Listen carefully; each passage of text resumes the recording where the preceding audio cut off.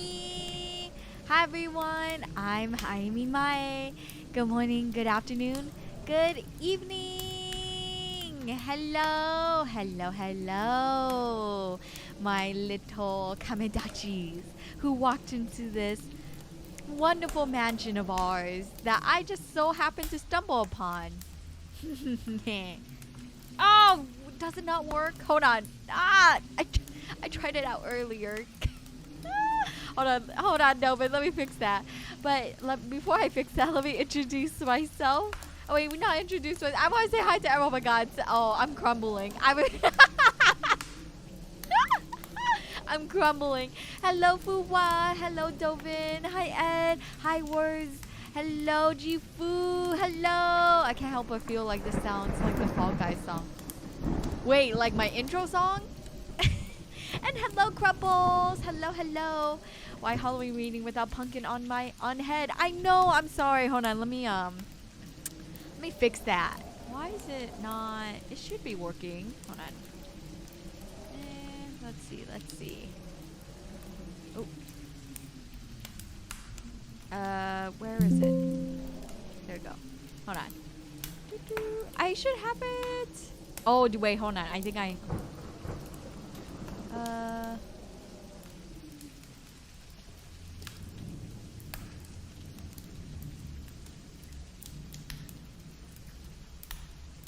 It should work.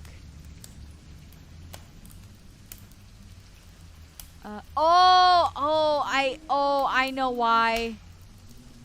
Oh, I know why. Okay, okay, okay. Hold on a second. Let me fix this. Okay. Let's see. We're gonna get rid of this real quick.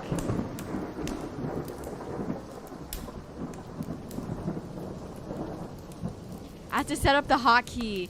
I haven't set up the hotkey with my Let's see. Does that? No, it's clinging onto my hair.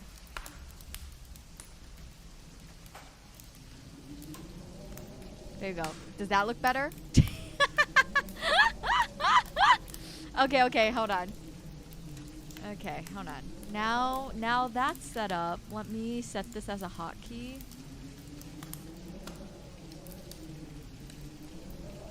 I'm glad you guys don't see all this menuing. Okay, oh, cancel.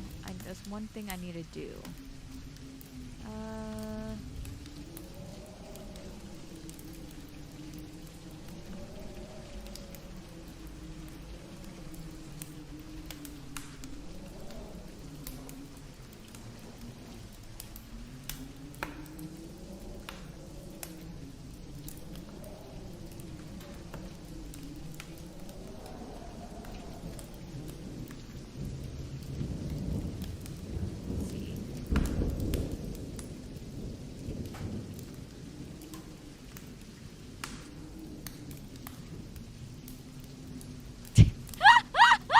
This looks so weird. Oh my gosh. Oh my gosh. Okay. You know what? If this is what you guys want, then I'll do it. Let's see.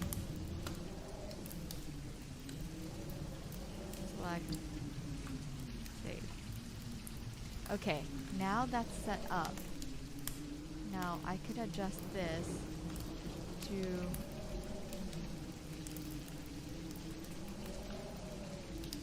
Okay. I still need to set up the hotkey.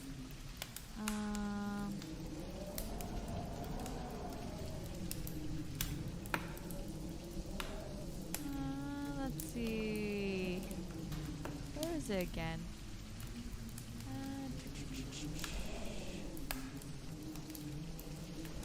Okay, I need. How do I? Okay.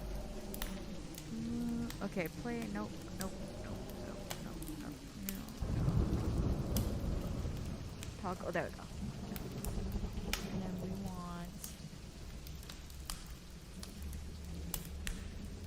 Okay. So that's set up.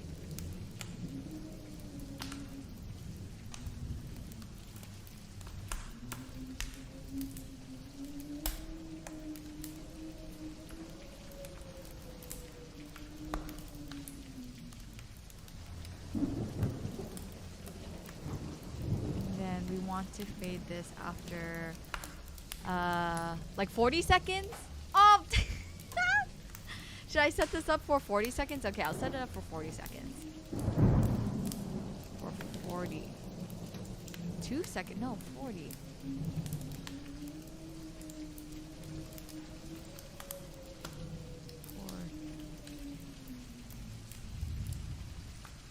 I'll stop after. And then set this to... Ah! Oh, wait. Sorry, hold on. The gift wasn't on. Oh, I need to turn off the bonks. Okay, sorry. For this stream, the bonks will be off. Only because I'm not able to format it correctly in a... Hold on. Maybe... Should I have the bonks? Okay, hold on. I'll have the bonks. Just the bonks. Okay. I'm so sorry. I thought I set up everything before the stream. Let's see. Where was the bonks again? Okay. So this one. Ah! Gotta play again. Okay. This needs to be on top. Play again. Okay. But some of the other gift stuff now needs to be turned off. Okay, channel points. Okay, we'll leave this turn on for 40 seconds. Okay. Save. And now let's take this off. Okay, let's now if I were to do it again, where's punk?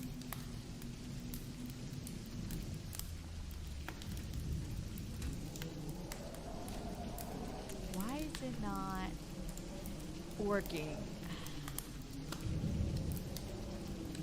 So that, okay, so that works. But how come the actual, how come the actual challenge, do I need to restart my stream? It's like the only thing I could think of. You can have alerts off if you want it spoopy. True. Okay, oh my gosh, I'm doing so many things at the same time. Okay, bonk, it's on. Okay. Oh! I know why. Hold on, I turned on the wrong pumpkin. Okay. So if I now make this, yeah, just do the $4.99. Okay, now, so if I do, hold on.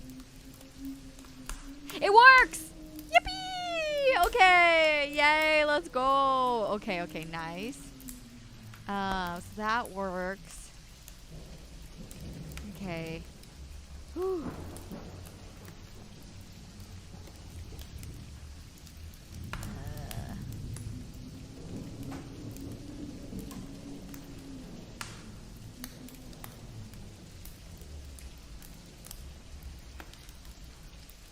Okay.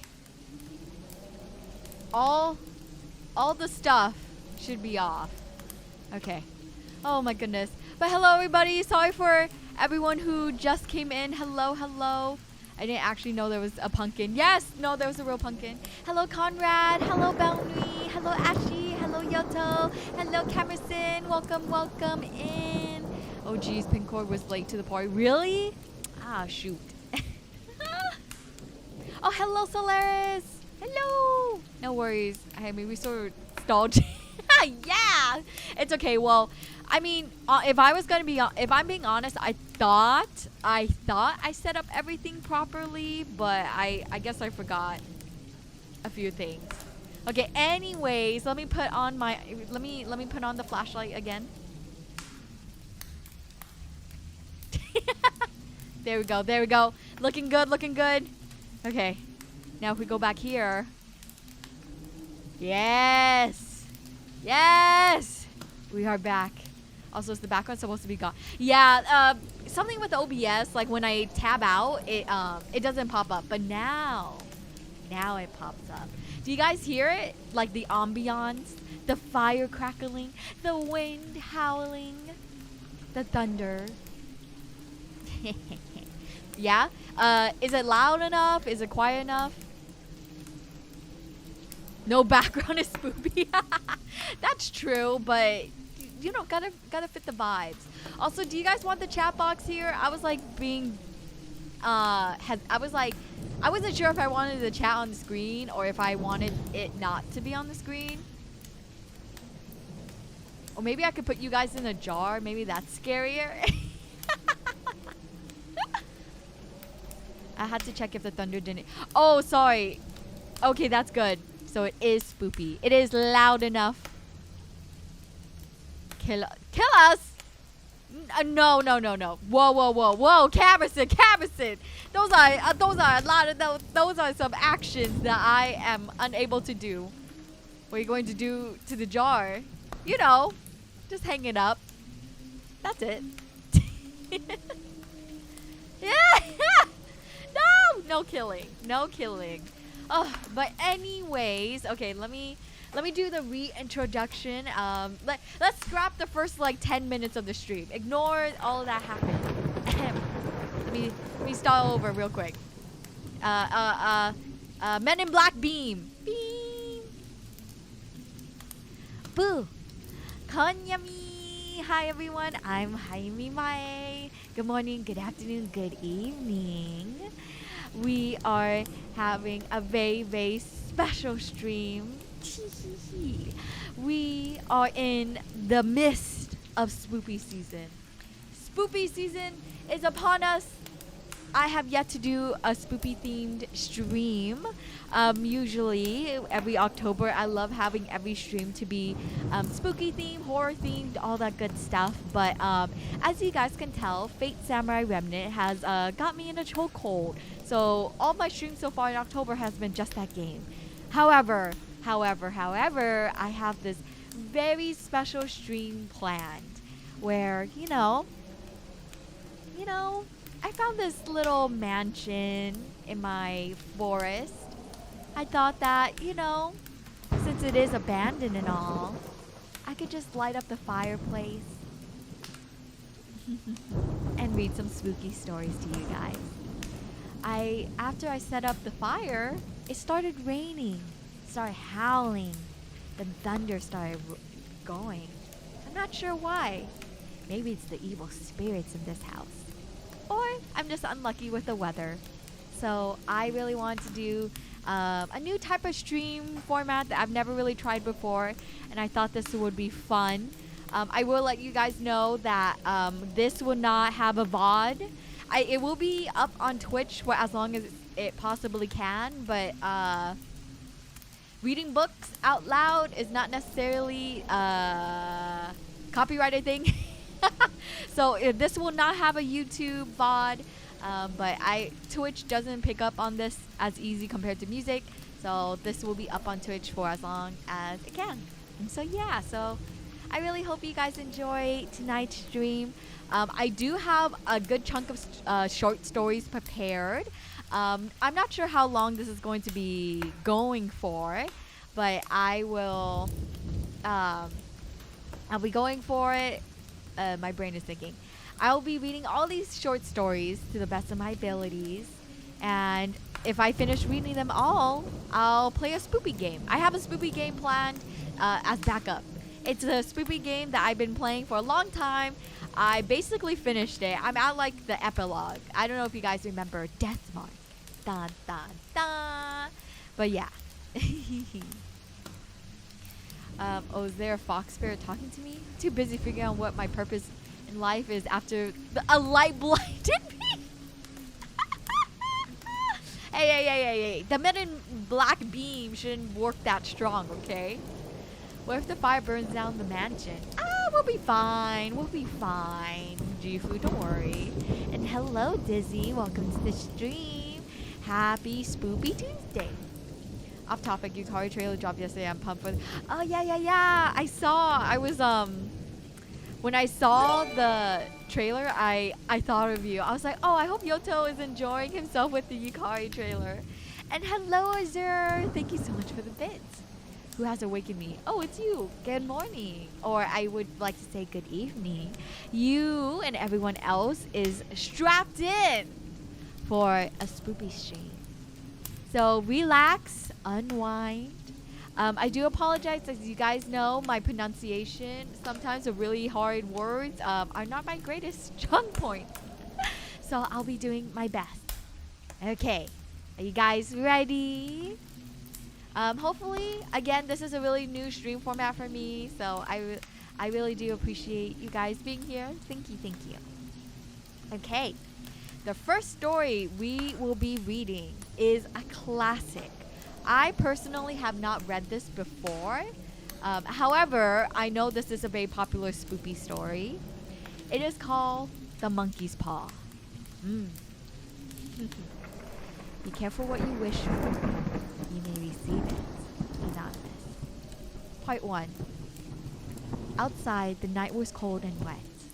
But in the small living room, the curtains were closed and the fire burned brightly. Father and son were playing chess. The father, whose ideas about the game involved some very unusual moves, putting his king into such sharp and unnecessary danger that it even brought comment from the white-haired old lady knitting quietly by the fire. Thank you, Ed, for the head pads. Thank you, thank you. Listen to the wind, said Mr. White, who, having seen a mistake that could cost him the game after it was too late, was trying to stop his son from seeing it. I'm listening, said the son, seriously studying the board as he stretched out his hand. Check. I should hardly think that he'll come tonight, said his father, with his hand held in the air over the board. Mate, replied the son. That's the worst of living so far out, cried Mr. White, with sudden and unexpected violence. Of all the awful, out-of-the-way places to live in, this is the worst. Can't walk on the footpath without getting stuck in the mud, and the road's a river. I don't know what the people are thinking about. I suppose they think it doesn't matter because only 2 houses in the road have people in them. Oh, can you turn down the obby? Oh, yeah. Okay. How about now? Is that better? But thank you, Cabison. Yeah, I wasn't sure how loud the ambiance was. Yeah, better? Okay, perfect. Thank you. Thank you. Never mind, dear, said his wife calmly. Perhaps you'll win the next one. Mr. White looked up sharply, just in time to see a knowing look between mother and son. The words died away on his lips, and he hid a guilty smile in his thin gray beard. There he is, said Hubert White, as the gate banged shut loudly and heavy footsteps came towards the door. The old man rose quickly and, opening the door, was heard telling the new arrival how sorry he was for his recent loss. The new arrival talked about his sadness, so that Mrs. White said, "Tut tut," and coughed gently as her husband entered the room, followed by a tall, heavy-built, strong-looking man whose skin had the healthy reddish color associated with outdoor life and whose eyes showed that he could be a dangerous enemy. And hello, Boji. Welcome to the stream. Welcome. I realized I should have had text on the stream. What book I'm reading? Oh.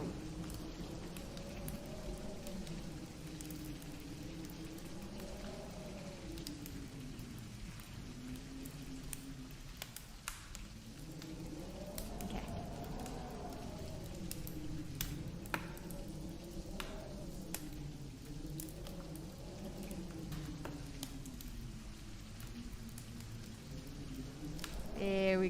There we go. Okay. Ooh.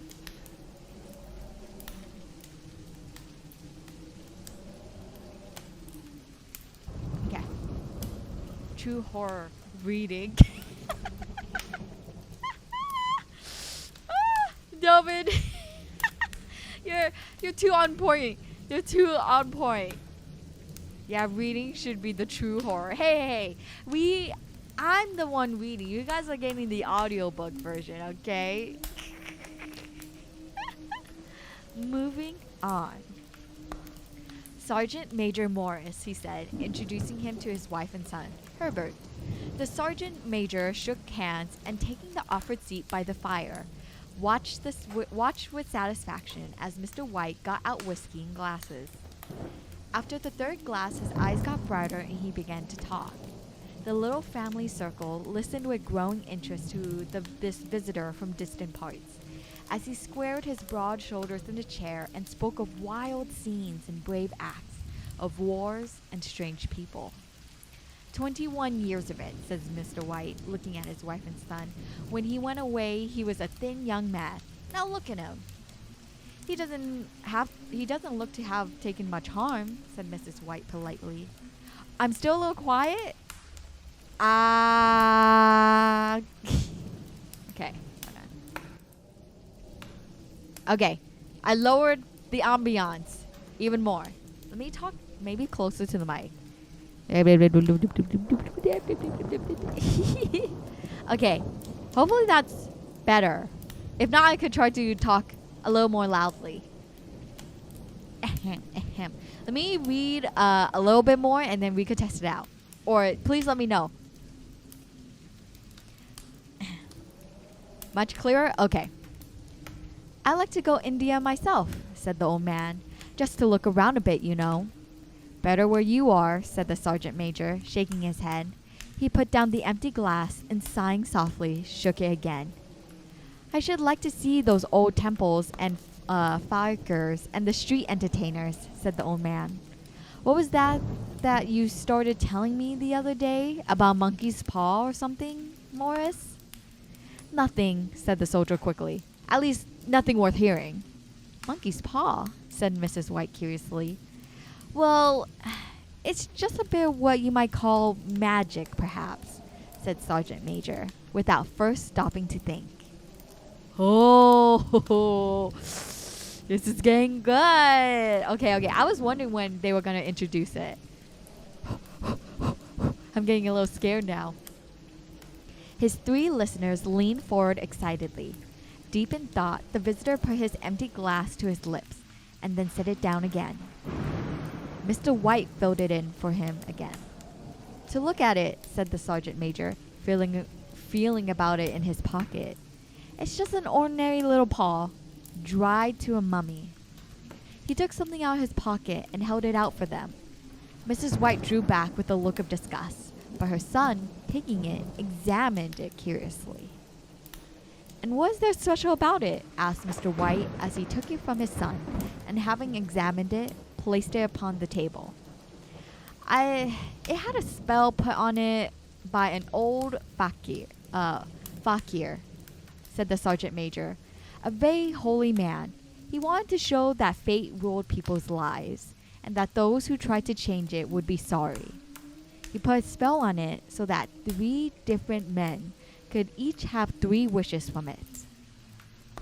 The way he told the story showed that he truly believed it, and his listeners became aware that their light laughter was out of place and had hurt him a little. Well, why don't you have 3, sir? Said Herbert cleverly. The soldier looked at him the way that the middle-aged usually looked at the disrespectful youth. I have, he said quietly, and his face whitened. And did you really have the 3 wishes granted? Asked Mrs. White. I did, said Sergeant Major, and his glass tapped against his strong teeth. And has anybody else wished? Continued the old lady. The first man had his 3 wishes. Yes, was the reply. I don't know what the first 2 were, but the third was for death. That's how I got the paw. His voice was serious, that the group fell quiet. If you had 3 wishes, it's no good to you now then, Morris, said the old man at last. What do you keep it for? The soldier shook his head. Fancy, I suppose, he said slowly. I did have some idea of selling it, but I don't think I will. It has caused me enough trouble already. Besides, people won't buy. They think it's just a story, some of them, and those who do think anything of it want to try it first and pay me afterward. If you could have another 3 wishes, said the old man, watching him carefully, would you have them? I don't know, said the other. I don't know. He took the paw and, holding it between his front finger and thumb, suddenly threw it upon the fire. Mr. White, with a slight cry, quickly bent down and took it off. Better let it burn, said the soldier sadly, but in a way that let them know he believed it to be true. If you don't want it, Morris, said the other, give it to me. I won't, said his friend with stubborn determination. I threw it on the fire. If you keep it, don't hold me responsible for what happens. Throw it on the fire like a sensible man. The other shook his head and examined his possession closely. How do you do it? He asked. Hold it up in your right hand and state your wish out loud so that you can be heard, said the sergeant major. But I warn you of what might happen. Sounds like Arabian Nights, said Mrs. White, as she rose and began to set dinner. Don't you think you might wish for 4 pairs of hands for me? Her husband drew the talisman from the pocket, and all 3 laughed loudly as Sergeant Major, with a look of alarm on his face, caught him by the arm. If you must wish, he demanded, wish for something sensible.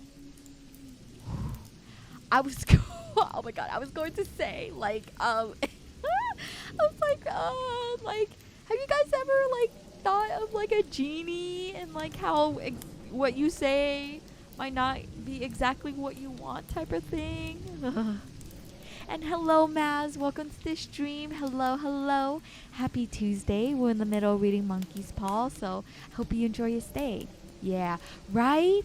Because, as I was reading that, I'm pretty sure all you guys knew what the husband was about to wish for. And his friend has to be like, yo, please stop. Like Lady and the Frog. Wait, was Lady and the Frog like that? I've never read it. Oh my gosh, it's getting so crazy. Okay. Mr. White dropped it back in his pocket and, placing chairs, motioned his friend to the table. In the business of dinner, the talisman was partly forgotten, and afterward the 3 sat fascinated as they listened to more of the soldier's adventures in India. Yes, yeah, Dobin, yeah, you're exactly right. Okay, because I was like, wait, the Lady and the Frog? I was like trying to remember. Okay. If the tale about the monkey's paw is not more truthful than those he has been telling us, said Herbert as the door closed behind their guest, just in time to catch the last train, we shan't make much of it. Did you give anything for it, Father? Asked Mrs. White, watching her husband closely. A little, said he, coloring slightly. He didn't want it, but I made him take it, and he pressed me again to throw it away. Not likely, said Herbert with pretended horror. Why, we're going to be rich and famous and happy. Smiling, he said, wish to be king, Father, to begin with, then Mother can't complain all the time. He ran quickly around the table, chased by the laughing Mrs. White, armed with a piece of cloth. Mr. White took the paw from his pocket and eyed it doubtfully. I don't know what to wish for, and that's a fact, he said slowly. It seems to me I've got all I want. If you only paid off the house, you'd be quite happy, wouldn't you? Said Herbert, with his hand on his shoulder. Well, wish for £200 then. That'll just do it.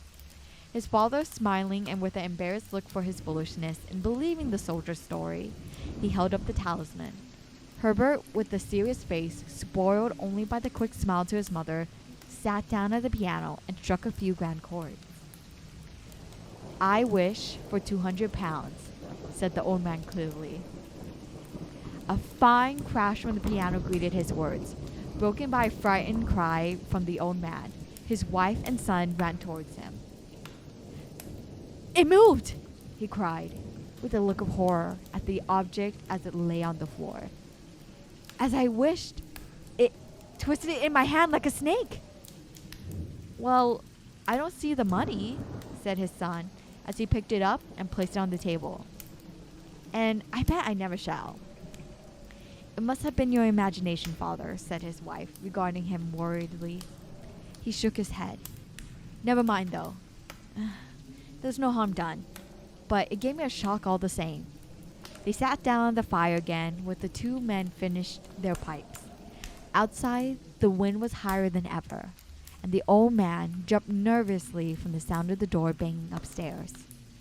An unusual and depressing silence settled on all three, which lasted the old couple got up to go to bed. I expect I'll find the cash tied up in the big bag in the middle of your bed, said Herbert, as he wished them good night. And something horrible sitting on top of your wardrobe, watching you as you pocket your ill-gotten money. Herbert, who normally had a playful nature and didn't like to take things too seriously, sat alone in the darkness, looking for the dying fire. He saw faces in it, the last so horrible and so monkey-like that he stared at it in amazement. It became so clear that with a nervous laugh, he felt on the table for a glass containing some water to throw it over it. His hand found the monkey's paw, and with a little shake of his body, he wiped his hand on his coat and went up to bed. Ooh, hoo, hoo. What was on the table? I almost want to re-examine that again. Hold on, let me reread that part. So I wished for 200 pounds. A fine crash greeted his broken by a frightened cry from his wife. Okay, it moved, he cried, with a look of horror at the object as it laid on the floor. As I wish, it twisted. Oh, the monkey's paw. That's what he's referring to. So when he made the wish, the hand. Oh, that's so creepy. I would never. This is not a good idea. Okay, so the hand moved. Okay. Part 2. In the brightness of the wintry sun next morning, as it streamed over the breakfast table, he laughed at his fears.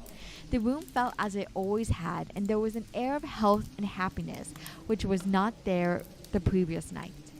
The dirty, dried-up little paw was thrown on the cabinet with a carelessness which indicated no great belief in what good it could do. I always hear the phrase of the monkey's paw curling, but this must be the origin. Oh, is that what it is? Ugh. I kind of know the monkey's paw, but I never. Again, this is like my first time reading the short story, so I'm really scared what's going to happen. Yeah, this is the original. I see.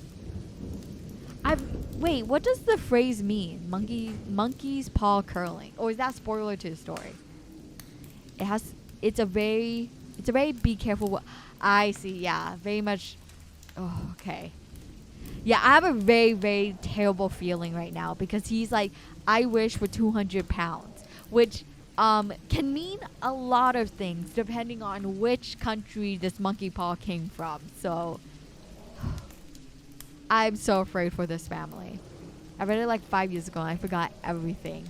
No problem, Yoto. We're all here together now to relive it. And for me to live it for the first time. It's like wishing for $100 and getting deer instead of money. Yes. That's so hilarious. You're like right on the money. That's what I'm afraid. I'm so scared for this man. After you finish this, I'm going to see if I can find a comic relay. There's a comic? Oh. It's even scarier. It's what Kanbaru's arc is in Monogatari is based on. Yes.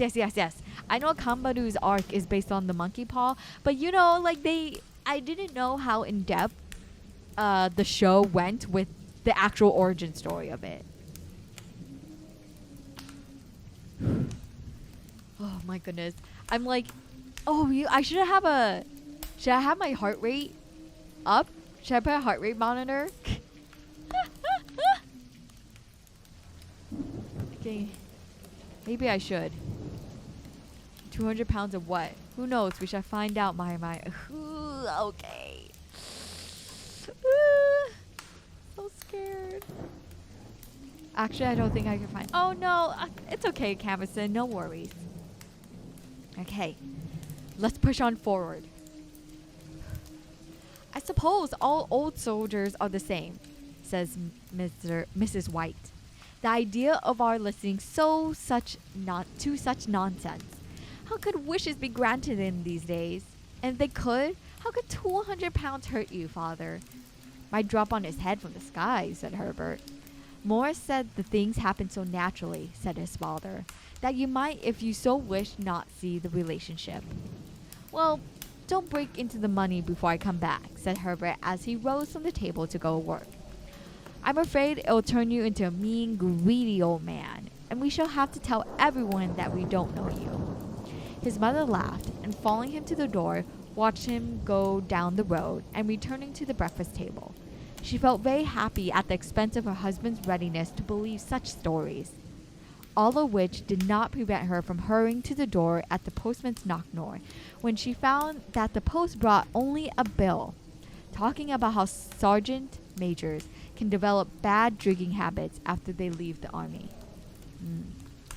Herbert will have some more of his funny remarks, I expect, when he comes home, she said as they sat at dinner. I know, said Mr. White, pouring himself out some beer. But for all that, the thing moved in my hand. That I'll swear to. You thought it did, said the old lady, trying to calm him. I said it did, replied the other. There was no thought about it. I had just... What's the matter? Oh my goodness. Hadel, thank you so much for the hydrate. I will hydrate right now. We are getting... Oh, things gonna get bad.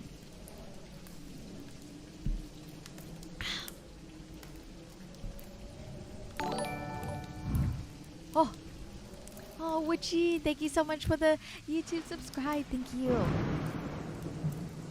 Yeah, I didn't want to disturb the reading. No problem. I needed that hydrate. This paragraph is really scary. Okay. His wife made no reply.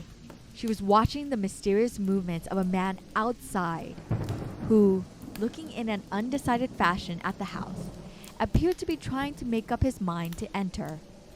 In mental connection with 200 pounds, she noticed that the stranger was well dressed and wore a silk hat of shiny newness. 3 times he stopped briefly at the gate and then walked on again.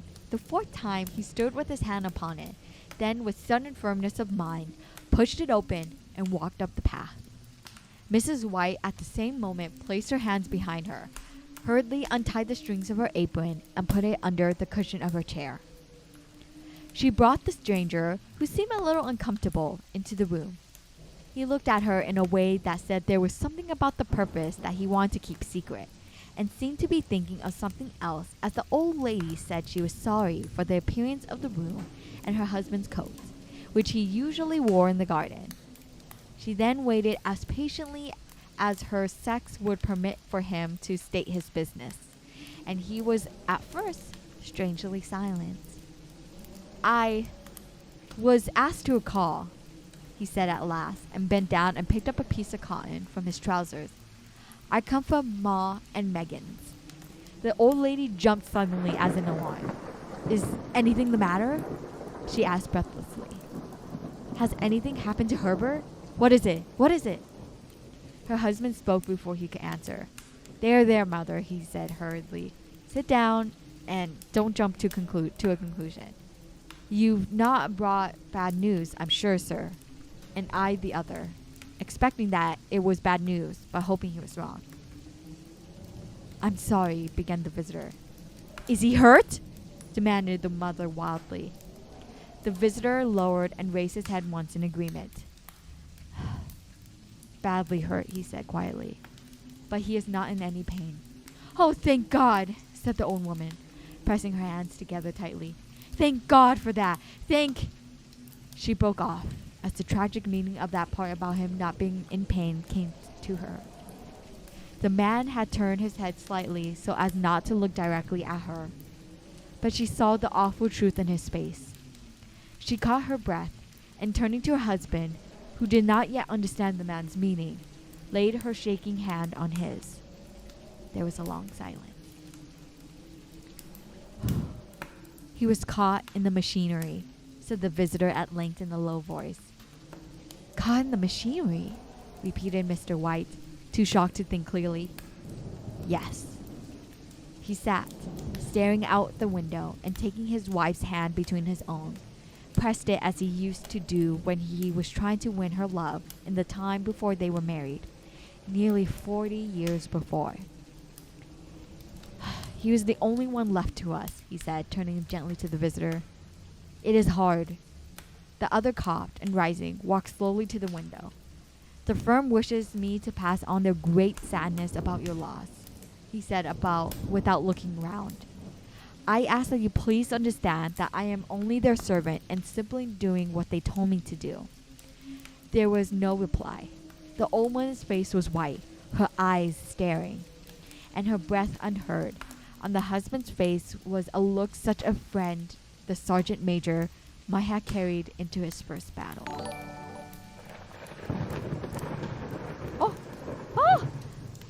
Chemi, thank you so much for the follow. Welcome to the caravan. Hello. I hope you are prepared for this very spooky evening. We're currently reading The Monkey's Paw, and things got really dire.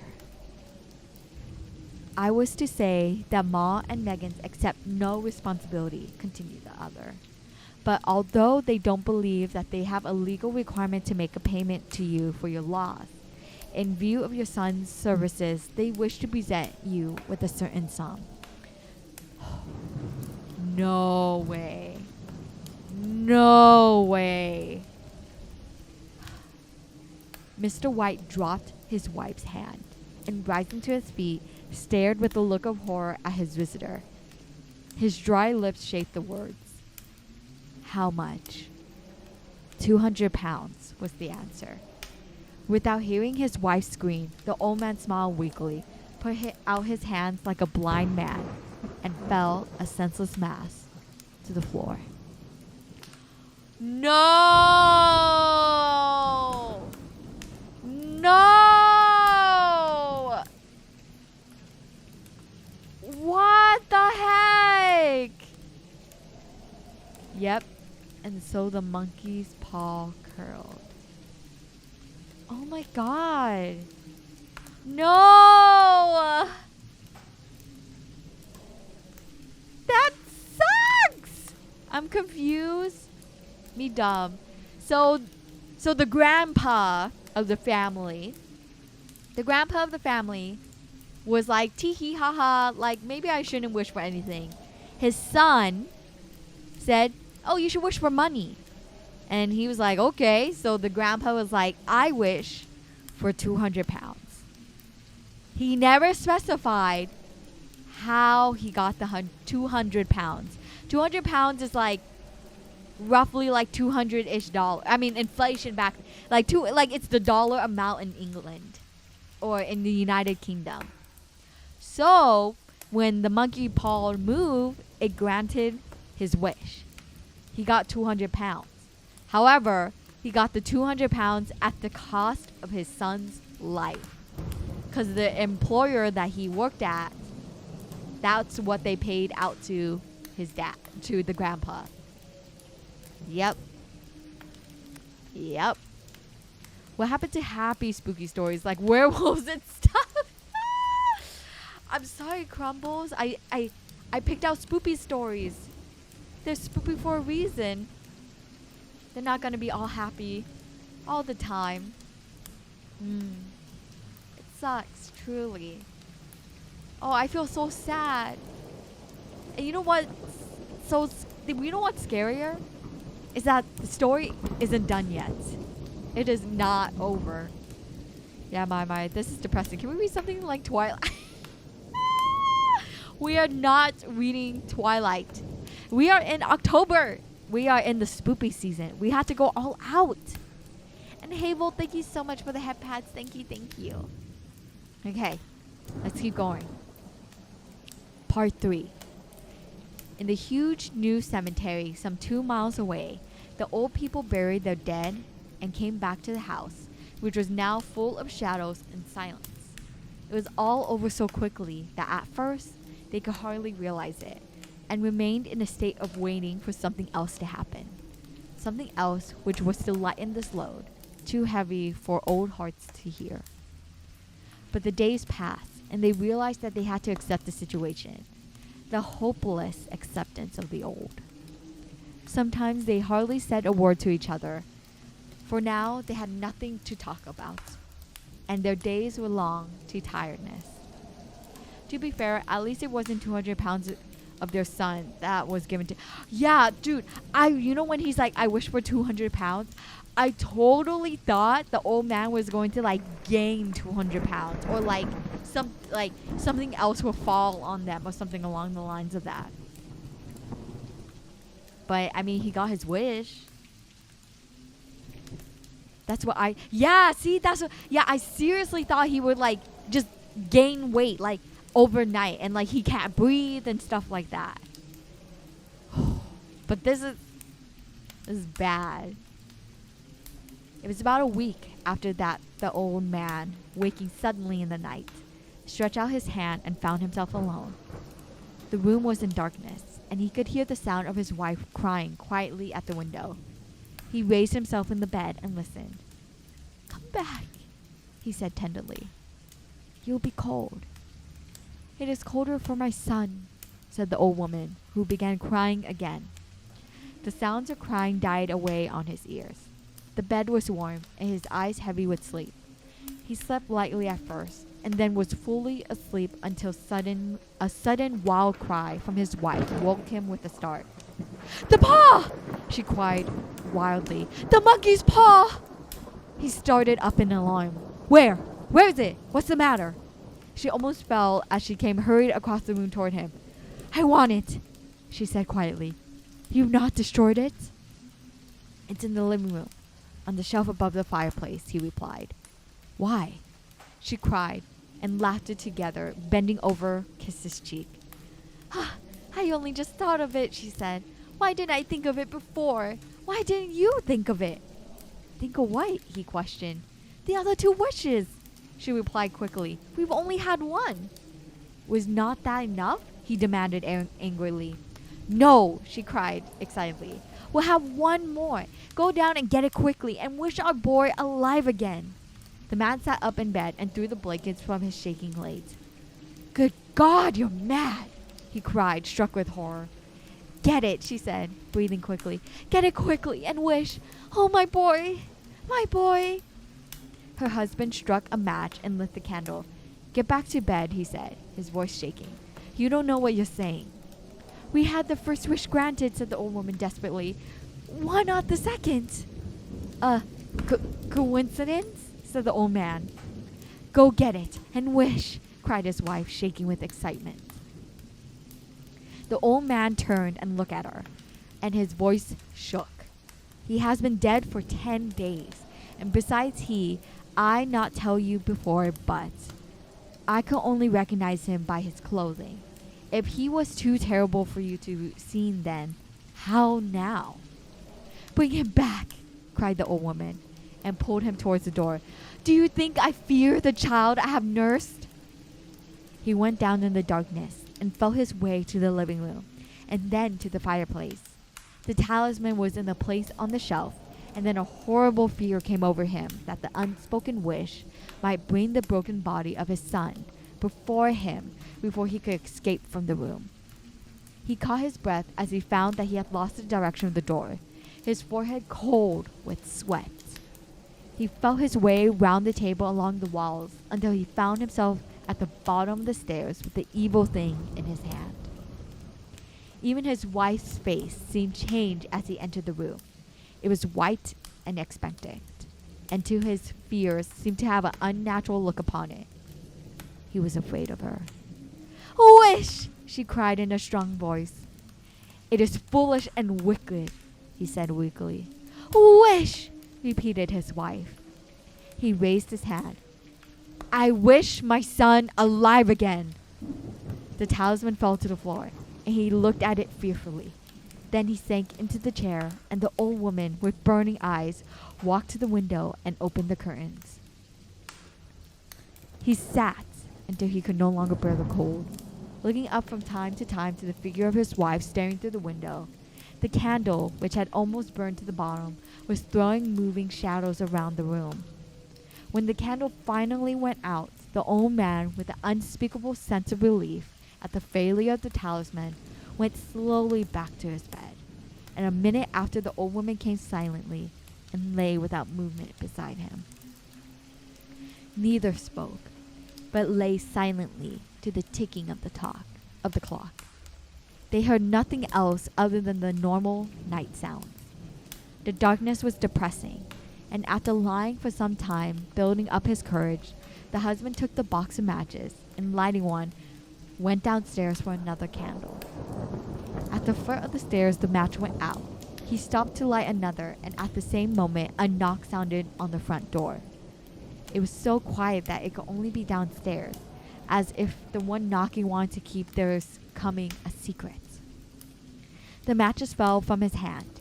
He stood, motionless, not even breathing, until the knock was repeated. Then he turned and ran quickly back to his room, closing the door behind him. A third knock sounded through the house. What's that? Cried the old woman, sitting up quickly. A rat, said the old man shakily. A rat! It passed me on the stairs. His wife sat up in the bed listening. A loud knock echoed through the house. It's Herbert! She screamed. It's Herbert! She ran to the door, but her husband was there before her, and catching her by the arm, held her tightly. What are you going to do? He asked in a low, scared voice. It's my boy! It's Herbert! She cried, struggling automatically. I forgot it was 2 miles away. What are you holding me for? Let go! I must open the door! For God's sakes, don't let it in! Cried the old man, shaking with fear. You're afraid of your own son? She cried, struggling. Let me go! I'm coming, Herbert! I'm coming! There was another knock, and another. The old woman, with a sudden pull, broke free and ran from the room. Her husband followed to the top of the stairs and called after her as she hurried down. He heard the chain pull back and the bottom lock open. Then the old woman's voice, desperate and breathing heavily.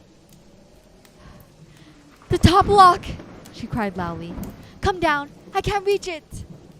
But her husband was on his hands and knees, feeling around wildly on the floor in search of the paw. If only he could find it before the thing outside got in. The knocks came very quickly, now echoing through the house, and he heard the noise of his wife moving a chair and putting it down against the door. He heard the movement of the lock as she began to open it, and at the same moment he found the monkey's paw and frantically breathed his third and last wish. The knocking stopped suddenly. Although the echoes of it were still in the house, he heard the chair pull back and the door open. A cold wind blew up the staircase, and a long, loud cry of disappointment and pain from his wife gave him the courage to run down to her side, and then to the gate.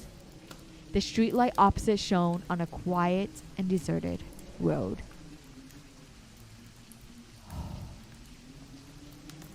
The end.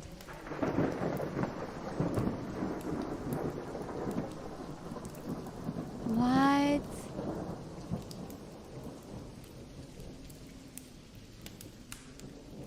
What? That's how it ends? We don't even see the sun?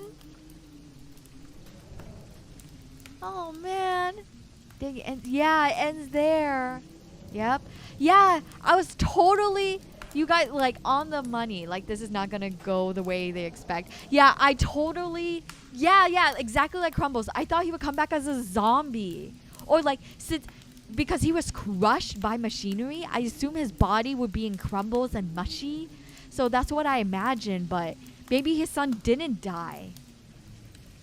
It's part of horror. What's scarier than what you can imagine? Oh, Dovin, you're so spot on. That's terrifying. That was a really, really good short story. I'm really, really glad that we started off with this.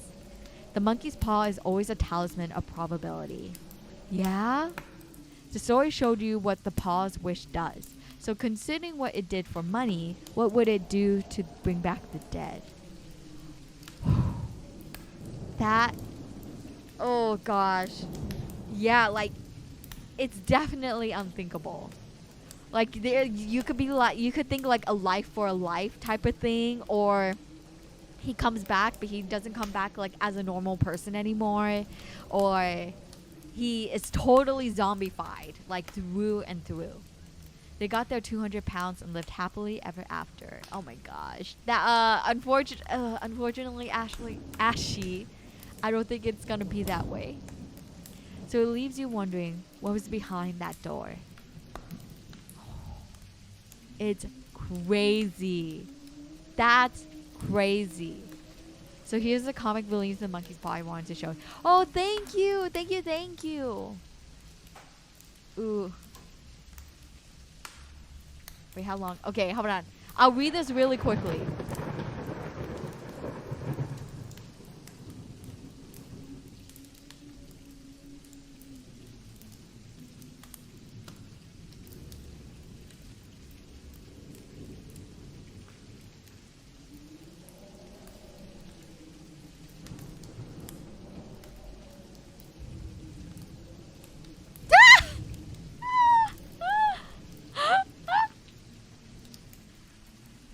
Oh my god. Carrison. Wow, that comic. That was, wow. That's so crazy. That's absolutely, that is perfect for the monkey paw. Oh yeah, Hayami, when you think Halloween costume, what comes to mind? I think of cute costumes, cute Halloween costumes. So like a witch outfit, or like a princess, or something even funny, like a box of candy, or like the T-Rex blow up costume, like those type of things. Oh, I guess like nurses are like classic. I personally don't like nurse costumes, but I do like vampire costumes. They're cool too. Oh, like waitresses, like diner waitresses, like of the ye old, like what, the 1950s? But oh my goodness. Thank you so much, everyone, for listening in to the monkey's paw. I really, really do appreciate it. Okay, next we have a collection of short stories. So the first one is called Dreadful, wait. Oh, sorry. The next short story is called Steam and Gas. So let me...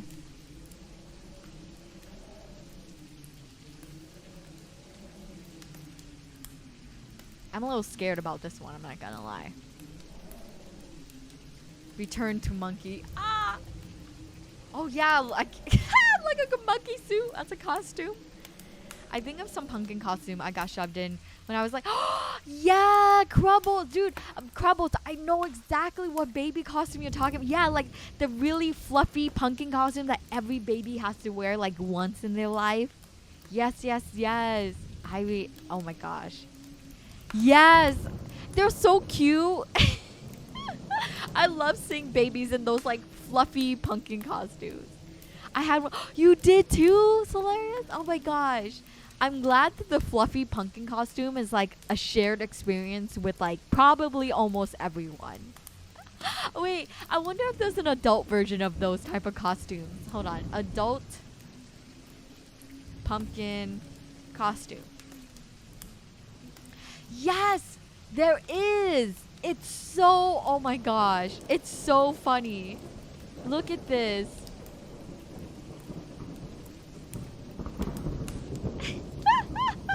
This one's inflatable, but it captures the same vibe as the baby ones. Oh my, yeah, right? Oh my gosh. Guys, there's a sexy pumpkin. Why is there a sexy pumpkin? Why? Like, it's not even that sexy. It's just like, look at this.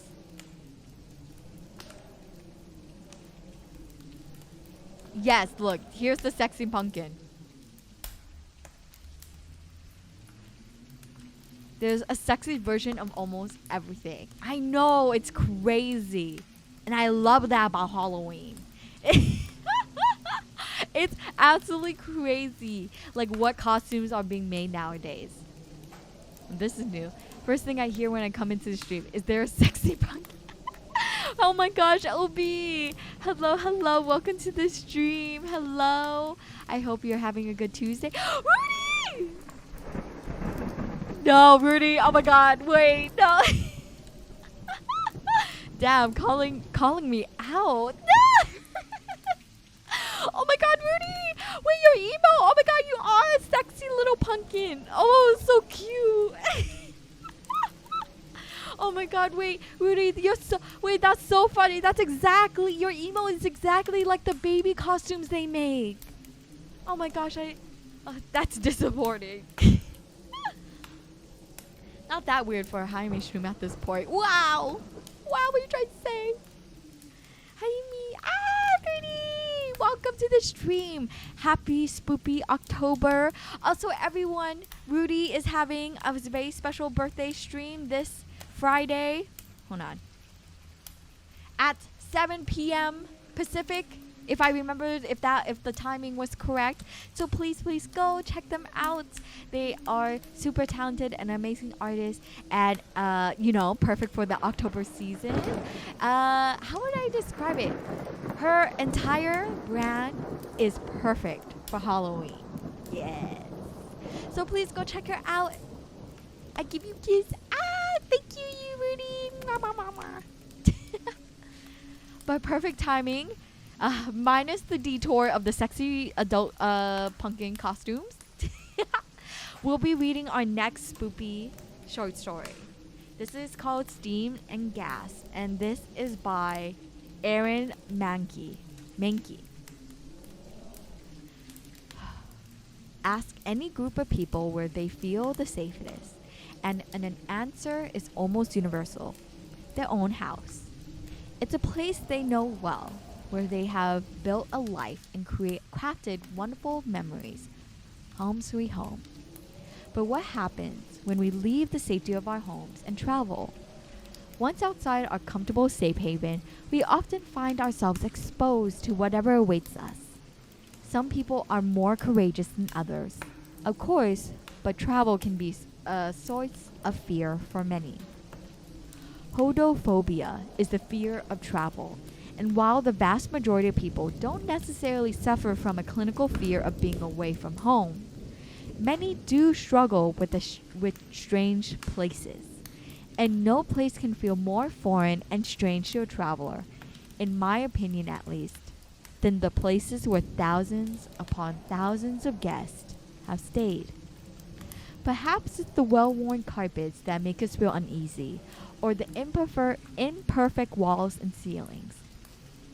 Noisy plumbing, finicky lights, and the sounds of settling structure can leave even the best of us feeling a bit out of our element.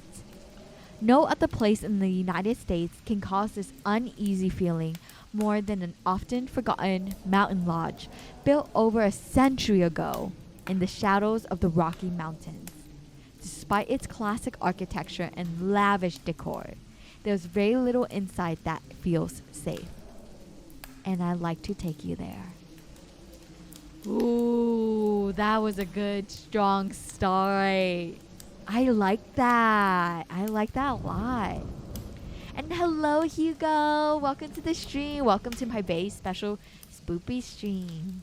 We're reading spoopy short stories right now, so I hope you enjoy your stay. Yoto, you gotta go sleep, or are you preparing yourself for the lodge in the spooky Rocky Mountains?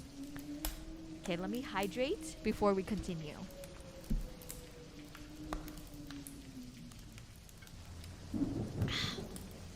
Oh, I love stories. Perfect.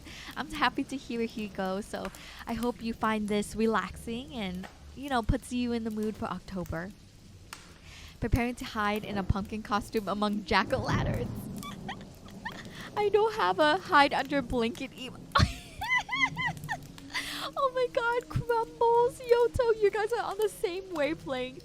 Oh my god, hold on. I'm getting a blanket.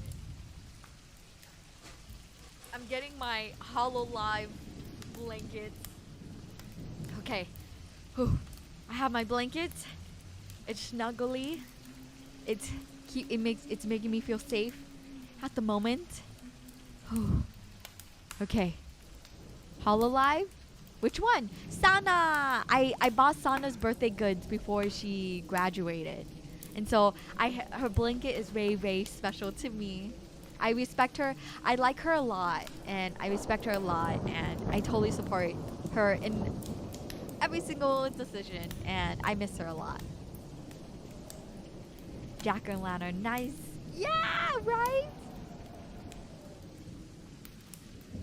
Okay. Let's keep going. This chapter. A steam-powered fortune. They were twin wonders. Freeland and Frances Stanley were born in May 1849. They had 5 other siblings, 2 of whom were also twins. But something was different from Freeland and his brother. They were exceptional students, quick learners, and gifted with an unusual mechanical aptitude. At 9 years old, they were using their father's lathe to craft wooden tops, which they sold to their classmates. At the age of 10, they were taught how to make violins by their paternal grandfather. It was said that their instruments were concert quality. Those early experiments helped fuel a lifelong passion for building things. After a short career as a teacher and principal, Freeland Stanley went into business with his brother, refining and marketing a photographic process known as dry plating. It was a revolutionary change, allowing even amateur photographers to take quality images. So revolutionary, in fact, that the Eastern Kodak Company purchased the technology in the late 1800s, making the brothers very, very wealthy. From there, the Wonder Twins moved into the world of motor cars. Their first automobile was built in 1897, and by 1899, it was the best-selling motor car in the country. Because of its unique steam-powered engine, the automobile was called the Stanley Steamer. It was the steamer, along with a few other smaller businesses, that helped turn the twins into tycoons in their own right. In 1903, Freeland was diagnosed with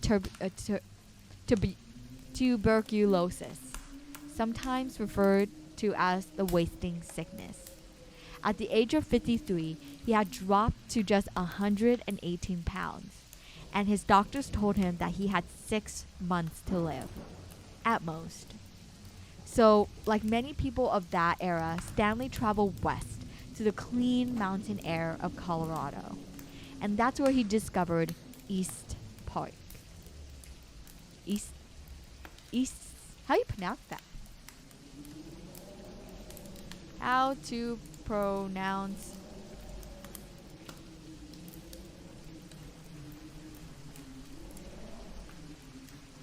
Estes. Oh, Estes. Okay, got it. Estes, got it. To the clean mountain air of Colorado, and that's where he discovered Estes Park. Freeland and his wife, Flora, instantly fell in love with the setting. They built a home there almost immediately, and after Freeland somehow shook the tuberculosis, the couple returned every summer thereafter. He in his tailored suits and pointy gray beard, she in her high-collared floor gowns. And it was another building they constructed there, a massive grand hotel that has left the most lasting remark. Built at the cost of nearly $500,000, the Stanley Hotel opened its doors in 1909 and has been serving guests ever since. The Stanley Hotel was a modern marvel in its day. It featured a hydraulic elevator, electricity throughout, running water, telephones, and even a fleet of Stanley's own steam-powered mountain wagons to ferry guests straight from the train station to the front door of the hotel. It had nearly 300 rooms, 466 windows, a music with a grand piano, a billiard room, a restaurant, a ballroom, and 3 floors of guest rooms. And that's just inside the hotel. Outside, scattered around the property were staff dormitories, a concert hall, the ice house, a carriage house, the manager's house, and many others. A private airstrip was even built on the property at some point, although it's been abandoned for decades. Over the years, the Stanley Hotel has played host to a number of famous guests. John Philip Sousa not only stayed there frequently, but would tune the piano in the music room and record the dates inside the lid. Other guests have checked in there, including Titanic survivor Molly Brown, President Theodore Roosevelt, Bob Dylan, Johnny Cash, and Barbra Streisand. And Freeland Stanley? The tuberculosis never got him. He died in 1940 at the age of 91, just a year after his wife, Flora, passed away. But while the couple was no longer there to oversee the hotel's day-to-day business, one thing has been very clear to those who work there today. The Stanleys, it seems, never checked out. Oh, we got ourselves some ghost up in here. Oh my gosh. I like how Hayami's model lining up when she's looking up something. It's because right now my my model is like no. I have the phone in front of me. So of course we are in a very dark room, right? So we gotta have my phone light up my face, right? His wife, Florida. No, his name's Flora. Her name. It's getting spooky up in here. It is. And hello, Aries. Welcome to the stream. Happy Tuesday. I hope your day's going well. I hope you are feeling the very spoopy mood, because I know I am. Chills. Yeah, it's getting good. Okay. Next section. Echoes of music. In July 2009, a tourist in the lobby of the hotel approached her friends with complete shock. She had been shopping for postcards in the gift shop and had exited the shop while reading the backs of one she bought. According to her story, she still had her head down when a pair of pant legs came into view. She did the polite thing and stepped to the side to allow the man to pass, but when she did, she claimed the legs moved to block her new path, but stopped when a wave of cold air washed over her. The man, according to the woman, was dressed in clothing that seemed out of place, and his pointy beard and old-fashioned look to it. She then watched the man walk away towards the lobby fireplace, where he vanished out of sight. After rushing over to her friends to tell them what happened, she was approached by another woman who had happened to overhear the conversation. This woman led the tourist towards the antique Stanley Streamer automobile that sits at the hotel lobby and pointed towards the photo of Freeland Stanley on the wall behind it. The tourist was astonished. The man she had just seen with her own eyes had been dead for over 60 years. Mr. Stanley has also been seen in the billiards room, a favorite location of his during his time at the hotel. According to one report, a group of tourists were once being led through that room when a vision of Stanley appeared behind one of the tourists. Mr. Stanley also seemed to have a soft spot for his beloved rocking chair on the front porch. Visible from the front desk through the large lobby windows, it has been witnessed by many to be seen rocking of its own volition. But if Mr. Stanley really has remained behind the hotel after death, then he is apparently not alone. In February 1984, the night bellman was working the front desk when he heard footsteps coming from the direction of the hotel bar, known as the Cascades. The bellman leaned over the counter to peer around the corner, and in the reflection of the lobby windows, he was able to see a figure of a woman. She wore a pale gown that he described as off the shoulder in a Southern Belle style. The bellman quickly exited the front desk area through the back doorway, but when he arrived in the side hall near the windows, no one was there. During an overnight shift in 1976, the clerk at the front desk reported hearing piano music. She left the desk and entered the music room, where the sound was coming from, but found it empty. According to her, however, the piano keys were still moving on their own. In 1994, a guest heard similar music from the direction of the music room and stepped inside. He claimed to have seen a young woman sitting at the piano, and he approached so he could watch and listen as she played. As he walked across the room, though, the girl transformed into an elderly woman before disappearing entirely. The Stanleys have frequently been sighted on the main staircase in formal attire, and even in the elevator. The encounters are never violent or malevolent, but they frighten guests and staff nonetheless. Bartenders there in the Cascades claim they have seen the deceased owner strolling through the bar. Some have given chase, only to lose sight of the ghosts as they vanish into the walls. Whether or not you believe in ghosts, the frequency of the reports is enough to make you wonder. From glowing orbs caught on film to the faint sound of piano music drifting into the lobby, there seems to be no lack of fuel for the legends that fill those halls. But it's not just the Stanleys who haunt the hotel. Sightings have been reported throughout the structure's 4 stories, with the vast majority of them occurring in the most unwelcome of places, the guest rooms. Ooh. This is some good background noise as I get some grading done.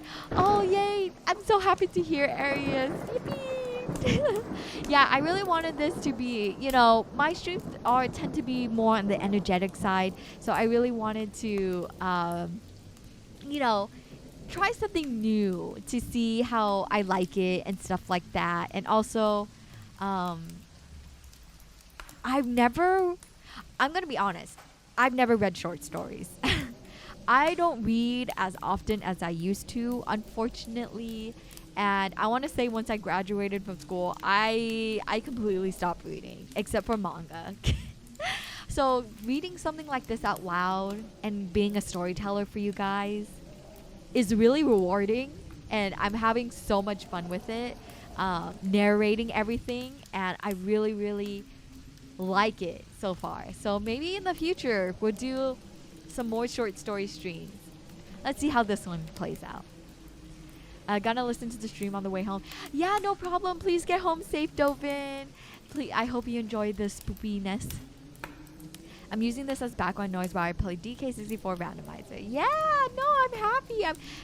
Seriously, guys, I'm very honored when I'm put on in the background, because that means you guys trust me, trust that I will, help fill in the white noise. And it's sorry, I don't want to sound like narcissistic, but that means my voice is pleasant enough to be put on the background. So hearing you guys say that really does make me happy. Thank you.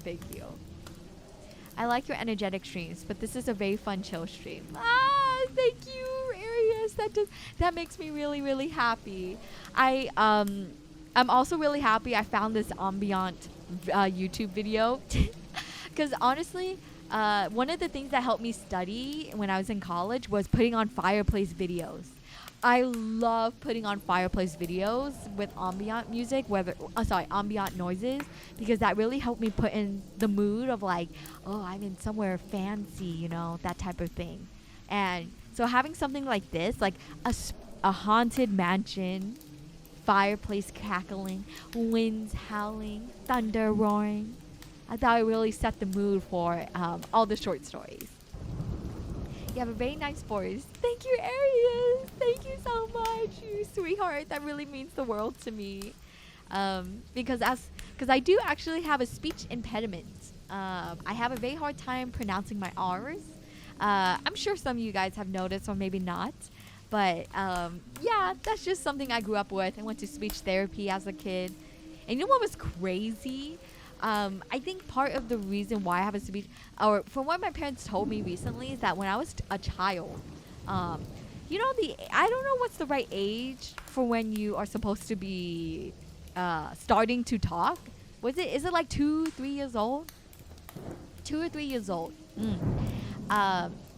Essentially, my parents told me, my whole family let me know at like a dinner. They're like, you actually scared us when you were a child. You weren't talking. You won't talk. Like, they said that every time they tried teaching me words and like stuff like that. Like, I was at the age that I should be talking, but I was not at all. And it was actually scaring. Like, it was a huge concern for them, which is why they enrolled me into speech therapy. And so with speech therapy, it did help me because, you know, I do remember in kindergarten that I would talk. Like, I would talk like any other kid. I never really noticed anything. So I assume that helped. This type of stream is the type that I would put on while driving at night, listening to my just telling stories. Yeah, maybe I should upload the VOD later. I don't know. Let's see. I thought it was an accent. Yeah, growing up, actually, Yoto, you're so on point. Growing up in elementary, middle, and high school, I've always been told that they thought that I had an accent. You know what was so funny? People were like, do you have a British accent? And I'm like, no, I was born and raised in the United States. And so it's very much my speech impairment that makes me like sound this way, if that makes sense. My parents told me the same thing. Yeah? My parents said I wouldn't talk until I was like 5 or 6. Camison, I'm honestly thinking I was on the same boat as you. Because I do remember talking when I was 5 or 6, but if I'm gonna be honest, I don't really remember talking much when I was like 4 or something. And hello, Sarinoni, welcome to the stream. Welcome. Happy Tuesday. Hope your day's going well. I don't remember when I started talking, but it was definitely before 4 years old, since I remember talking before then.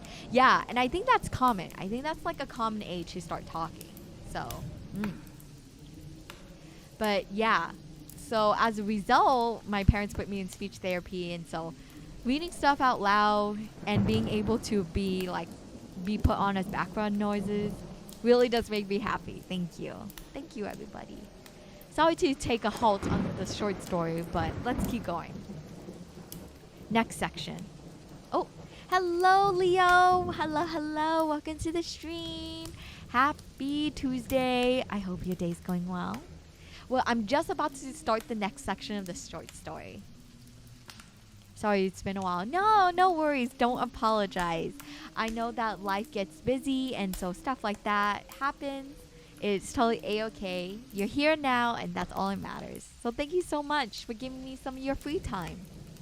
Hopefully, this short story can help you out a little bit. Oh, well, help you in the sense of feeling the spoopy season. Next section, just passing through.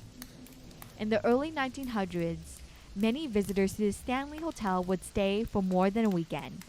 In many cases, guests would stay through the summer, and that meant arriving equipped for months of living from home. Those of us who have spent the past few years watching the British television show Downton Abbey might be very familiar with the process. The gentlemen and ladies will arrive by carriage, in this case steam-powered, of course, along with a caravan of servants and luggage. And while the wealthy guests had access to the many finely appointed rooms of the hotel, the servants and children were relegated to the 4th floor. This was an era when children were expected to be seen, but not heard, and so they played in the rooms and halls far above the heads of the guests. They slept there, played there, and even ate there in small windowless corner of the upstairs kitchen. These days, the fourth floor is just one more level of guest rooms. According to many accounts, however, that doesn't mean the children are gone. Many of these stories center around room 418. There have been reports of the sound of balls bouncing in the dark, of high, childlike voices laughing and talking in the hall outside the room, of the clink of metal jacks on the wood flooring and the pounding of little feet. Guests have been startled out of their sleep by voices and sounds, some of which have been captured on video. Even the staff had experiences. The cleaning staff always enter the room with a bit of fear due to the many odd things that they have witnessed inside room 418. The television has been known to turn on and off on its own, and on at least one occasion a housekeeper has turned to see that the bed she just made up now what has the deep impression of a body in the bedspread. The room with the most activity, though, is on the second floor, and there are legends as to why. It is said that in 1911, a thunderstorm caused a power outage in the hotel, sending the building into complete darkness. It was dinner time, and most of the guests were downstairs in the MacGregor ballroom, but the staff still needed to provide a temporary fix for the lack of light. Because the Stanley Hotel was built at a time of transition between gas and electric lamps, the fixtures throughout the hotel were equipped for both. With the building in darkness, staff were sent from room to room with candles to light each gas lamp. But when one of the chambermaids, a woman named Elizabeth Wilson, entered room 217, something happened. It should be said that this room was the presidential suite. It was enormous and elegantly decorated in the style most beloved by Flora Stanley herself. Bright floor wallpaper with reds and pinks and greens covered the walls, and the carpet was the color of grass with accents of red and blue. It was the jewel of the hotel. According to the legend, the light fixture in that room had a hidden leak, and the room was filled with gas. When Mrs. Wilson opened the door with her lit candle in the room, the gas ignited, setting off an explosion that destroyed nearly 10% of the hotel along with the western wing. Part of the floor gave way, and several steel girders fell on tables in the ballroom below, thankfully missing the guest. Mrs. Wilson, though, was not so lucky. She fell through the floor, breaking both her ankles when she landed. It's a good story, but there are many versions of it. 5 separate Colorado newspapers carried the story, but details varied wildly. One paper listed the chambermaid as Eva Colburn and said that she was thrown through a wall onto the porch with no injuries. In another, she was Elizabeth Lambert, who died in the fall. Still, another report claimed the chambermaid was a woman named Lizzie Litzenberger. All the stories did agree that the explosion happened at 8 p.m., but none mentioned the thunderstorm. There was other glitches in the story. No employee records exist from the period in the hotel's history. Among the many photographs of the hotel staff over the past century, there were no pictures of anyone named Elizabeth Wilson or Lambert or Litzenberger. All of it has the smell of window dressing, designed to lend some credibility to the odd experiences the guests have had in room 217. Just what experiences am I referring to? Well, according to first-hand accounts, the ghost of Mrs. Wilson has been known to unpack the suitcases of guests, toss their clothing to the floor, and rearrange the bed linen. Another common report is that some guests and staff have seen some mysterious black hole in the floor, said to be the location of her fall after the explosion. The faucet in the bathtub has been known to turn on and off on its own, and the maids have seen doors in the room open and close. In 1974, a man and woman arrived at the hotel at the end of the season. According to his story, they were the only guests in the entire hotel. After dinner that first night, the couple retired to bed, where the husband had a horrible nightmare. I dreamed of my 3-year-old son running through the corridors, he later said. The boy was looking over his shoulder, eyes wide, screaming. He was being chased by a fire hose. I woke up with a tremendous jerk, sweating all over, within an inch of falling out of my bed. I got up, lit a cigarette, sat in a chair looking out the window at the Rockies, and by the time the cigarette was done, I had the bones of the book firmly set in my mind. The man was Stephen King, and the book, of course, would later become The Shining. Oh, wait, is this a real hotel then? Like, seriously? Or is this like a made-up short story? What? I have to Google this hotel later. This is insane. No way. This has to be fake. Like, or this has to be a fictional thing. Plot to it. I know that's. I was like, what? The Shining? What? I'm so curious. I'm so curious. Oh, Arius, thank you so much for the head pads. Thank you. Oh my gosh. What the heck? Oh, excuse me. Whew. Okay. Gotta hydrate. Clear my throat. Getting a little dry.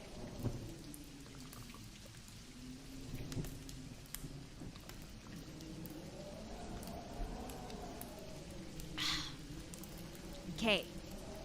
Let's keep going. Working backward. Some folklore is historical. We tell the tales because they happened, at least to some degree. There's a grain of truth at the core of many myths and legends, a real-life event or fear that caused people to remember, to retell, and to eventually immortalize. Other legends, however, lack that core truth. They work backward instead, creating a unique story to explain the unexplainable. Oftentimes, these stories lean on the past and mine it for hints of validity, but in the end, we're still left with stories that have no roots. The reason people do that isn't really a mystery. Story, you see, helps keep us grounded. It helps provide us with bearings as we navigate life, like a landmark we can all point towards. And when something odd or unexplainable happens, I think it's only human nature to look for those landmarks. When we can't find them, oftentimes we simply invert our own. Perhaps the original events that led to the unusual activity at the Stanley Hotel have simply been lost in the past. It would be reasonable to assume that at least some of the stories have foundation in reality, rather than just the narrative of a hotel with a supernatural reputation to keep. That's not my decision to make. I'll leave that up to you. But sometimes we're reminded that stories can evolve and that the unknown can suddenly become a bit more knowable. In 2014, while doing maintenance in a service tunnel beneath the hotel, workers found debris. Specifically, they found pieces of drywall covered in pink and green wallpaper. Carpet fragments were also discovered, still pale green with red and blue details. It turns out the explosion really did happen, and we can find truth at the center of one of the stories, even a century later. How much more truth is out there to be found? I'll leave you with one last story from room 217. According to a previous guest who was preparing to go to bed, he opened one of the windows to let in some of the cool Colorado air. Later, after having been asleep for some time, he felt his wife climb out of the bed, quietly walk across the room towards the window. The man said that he opened his eyes after glancing at the glowing face at the alarm clock. He looked to find her standing at the window, face pressed against the screen. "You have to see this," she whispered to him. "There's a family of elk outside." The guest didn't move. He just smiled and watched his wife for a long time, noticing how her hair moved in the breeze. It's hard to blame him after all. She'd been dead for over 5 years. The end. Oh, that was a cool short story. Oh my gosh, wait, I need Google Stanley Hotel. Wait, it's real. Stanley Estates Park Hotel. It's a real place. And it did inspire The Shining. What? What? What the heck? That's crazy. That's so cool. Nice. Yeah. I wonder then that if all the stories here were all true. Because I was going to say that all of this is very autobiographical. And I really like that the short story like took on that form. But that last ending bit was just like... That was so good. Extra spoopy. Yeah. The fact that this is a real hotel that has like a reputation of ghost stories and ghosts and stuff, and it's the hotel that inspired The Shining. Crazy. I'm so happy we read this one. This was so good. And hello Asoba, welcome to the stream. Happy Tuesday. I hope your day's going well. Okay, the next one we're gonna be reading is called The Mill Girl by Jennifer McMahon. Okay, let me update this.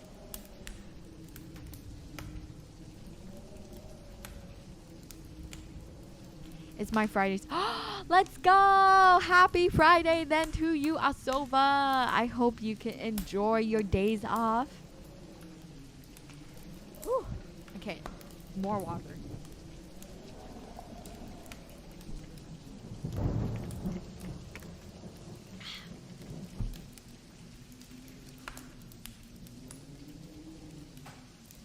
Okay, who's ready for the next one? I'm a little scared.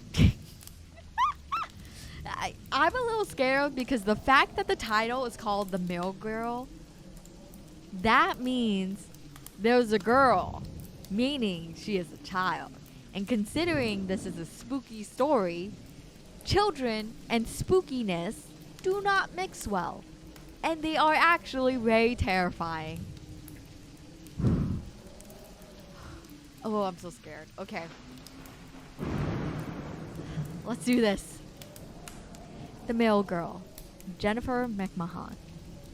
I knew that something terrible had happened here. I knew before I asked around, before I looked it up online, before my trips to the library to pore through books on local history. I knew the instant I walked into the old, renovated mill to see the condo for the very first time, almost 2 years ago now. Despite the smell of fresh paint and new carpets, that horribly cloying formaldehyde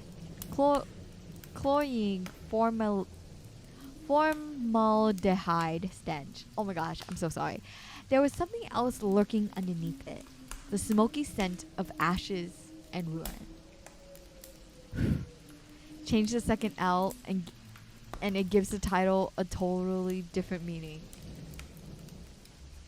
Oh my gosh, Yoto. God bonk you. Anyways, I bought the condo, signed the papers the same day.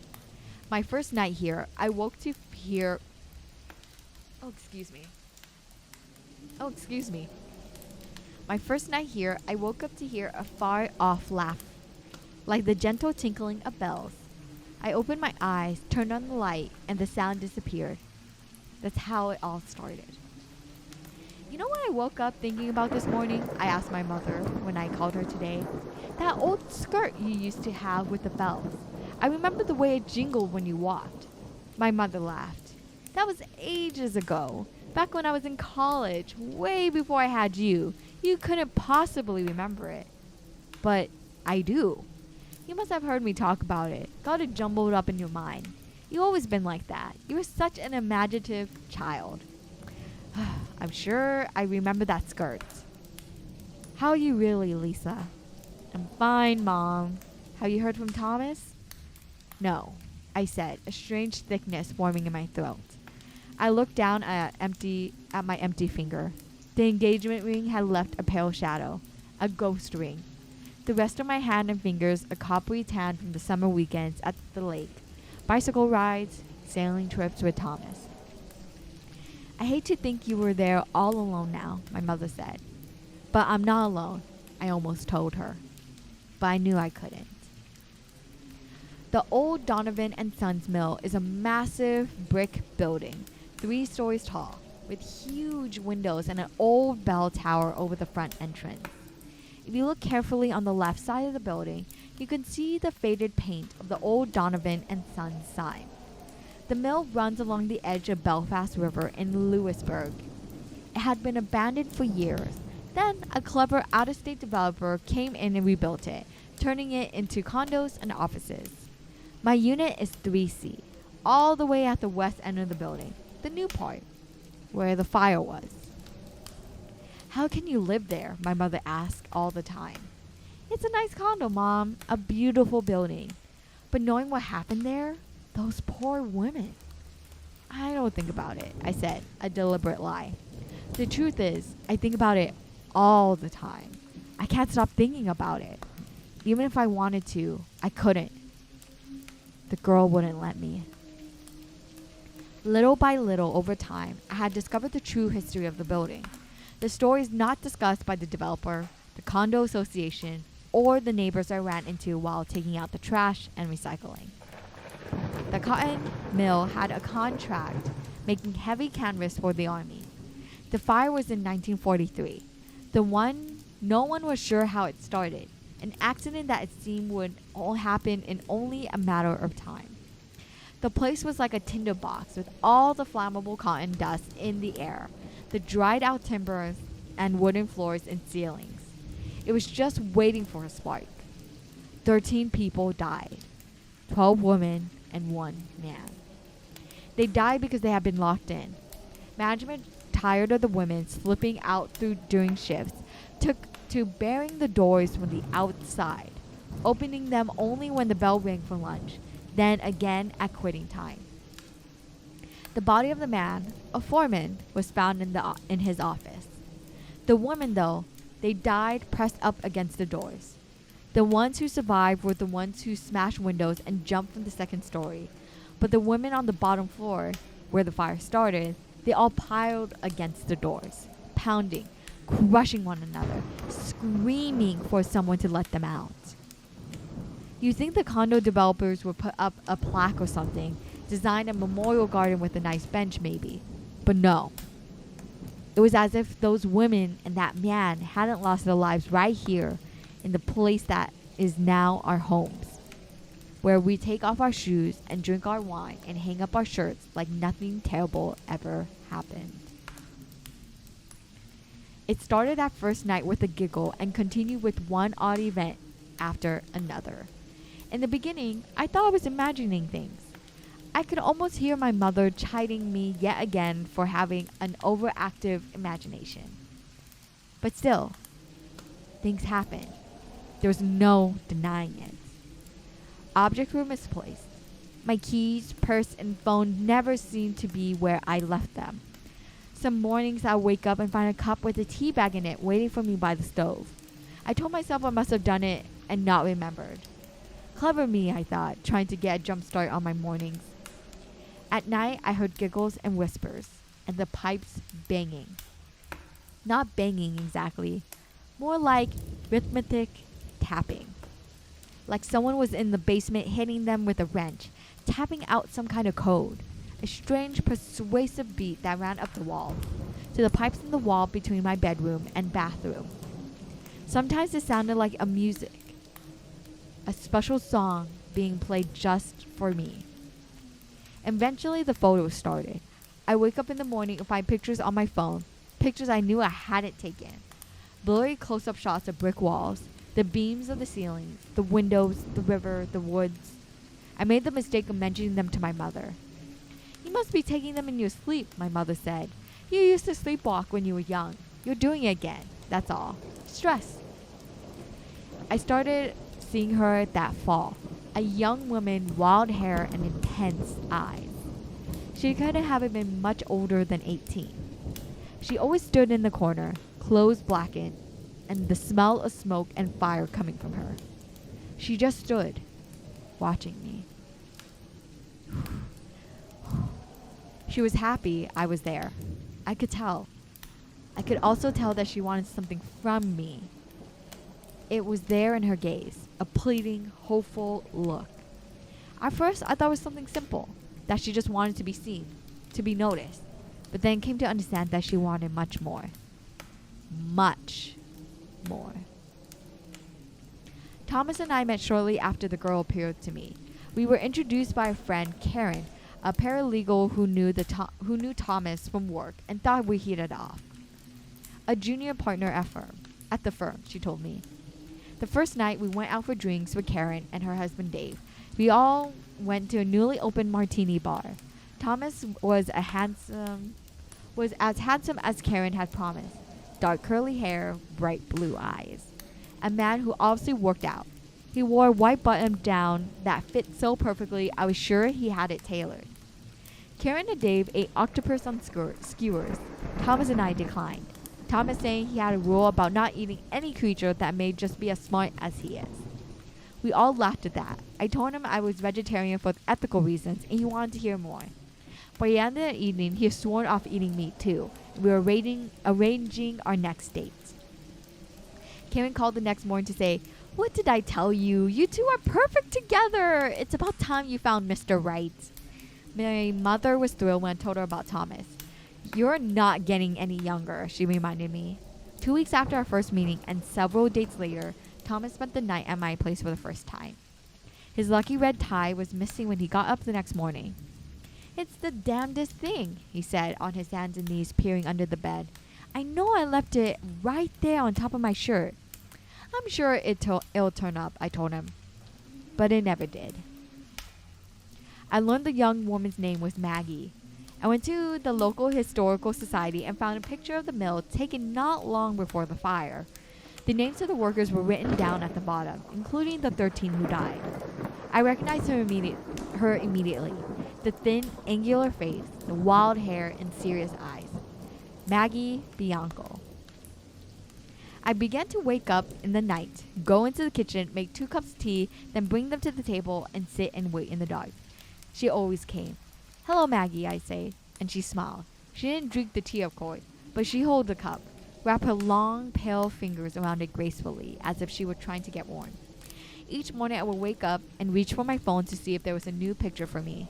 She sometimes photographs the teacups, silverware in the drawer, food in the refrigerator, dresses in my closet, my hairbrush. Things I imagined that she missed and longed for. Everyday things that the living think nothing of. Thomas and I soon became a happy couple everyone envied. We were perfect together. Everyone said so. Our friends, our families, on social media, our lives together were perfect. Looking at us sailing on Lake Champlain. Look at us on weekend getaways to Montreal. Look at us enjoying a cozy night by the fire. Right down to the 2-carat diamond engagement ring everyone oohed and awed at, telling me what a lucky woman I was. We've been dating for 16 months. He popped the question 4 months ago, exactly 1 year from the night of our first date at the martini bar. He proposed to me on a boat. He borrowed a friend's catamaran, with the sun setting behind us and a bucket with champagne on ice. Of course I said yes. We took lots of photos with our phones so we could share the moment with the big news with our family and friends. "When should we get married?" he asked that night, eyes shining and cheeks flushed from champagne and excitement. "A summer wedding?" "Let's not decide now," I told him. "There's no hurry." Maggie didn't like Thomas. When he slept over, his toothbrush would end up in the toilet, his toast would get jammed in the toaster and burn, his socks would disappear, his phone would go on the fritz. His allergies were terrible, and he complained that the place smelled musty, the air used up. He begged me to come stay at his place. A sterile loft with dark hardwood floors and stainless steel appliances and countertops. Everything gleamed and was very modern and minimalist. It was the house of a robot. I hated it there. I could never sleep, just stayed up listening to the clicks and hums, wandering around, constantly staring, startled by my distorted, shadowy reflection in all that stainless steel. A month into the engagement, he all but begged me to pick a date for our wedding. We were having dinner at my place. His nose was running and his eyes were red. "Come on," he said. "Everyone's always asking. It's getting a little uncomfortable. They're starting to wonder what's wrong." "Don't do it," whispered Maggie from the shadows. "He's not the only one, and you know it." What? What's happening? This is kind of going downhill real fast. I'm not going to lie. It's just the fact that the ghost girl is telling her like, "Hey, you got other people in your life that you could possibly see," and stuff like that. I don't know. It just doesn't seem very right to me. Do you think she's under her control or something? This one's getting real spooky. Yeah, it's getting real spooky. I'm so sad that she... Okay, well, back home, the fire sounds loosely based on real events. Wait, as in you saw a fire? But also, Dovin, I'm so happy you got home safely. I'm really, really happy to hear. It's a lot like the Triangle Shirt Factory fire. Oh, I see. Oh, curly mode. Hold on. There we go. I'm sorry, hold on. There we go. There's the curly mode. Sorry, the curly mode is only at this part of the screen, so hopefully that helps. Okay, let's keep going. Mary Ellen, an older woman who lived below me in 2C, moved out. She said she'd seen something in the basement. Something horrible. She wouldn't say what it is, or what it was. Mr. and Mrs. Basurto in 1C put their place on the market and left because their baby, little Alicia, would never stop crying. "She's fine as long as she's not at home," Stephanie Basurto told me. "We're going to stay with my mother until this place sells and we could buy something else." Then Stephanie said with voice lowered, "My mother? She says this building's cursed. That there's something evil here." She crossed herself. "Don't you hear it?" she asked. "All the banging in the night? Don't you ever wonder what it could be?" Okay.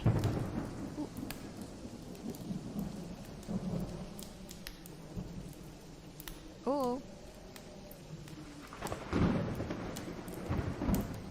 There we go.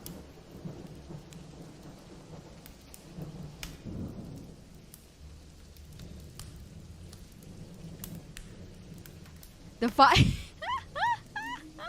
Hey, well, the fire went out. Don't worry. The fire's back. And it's strong as ever. Everything's gonna be daijoubu. Woman locked in factory to prevent worker causes theft and only one survivor. Wait, so the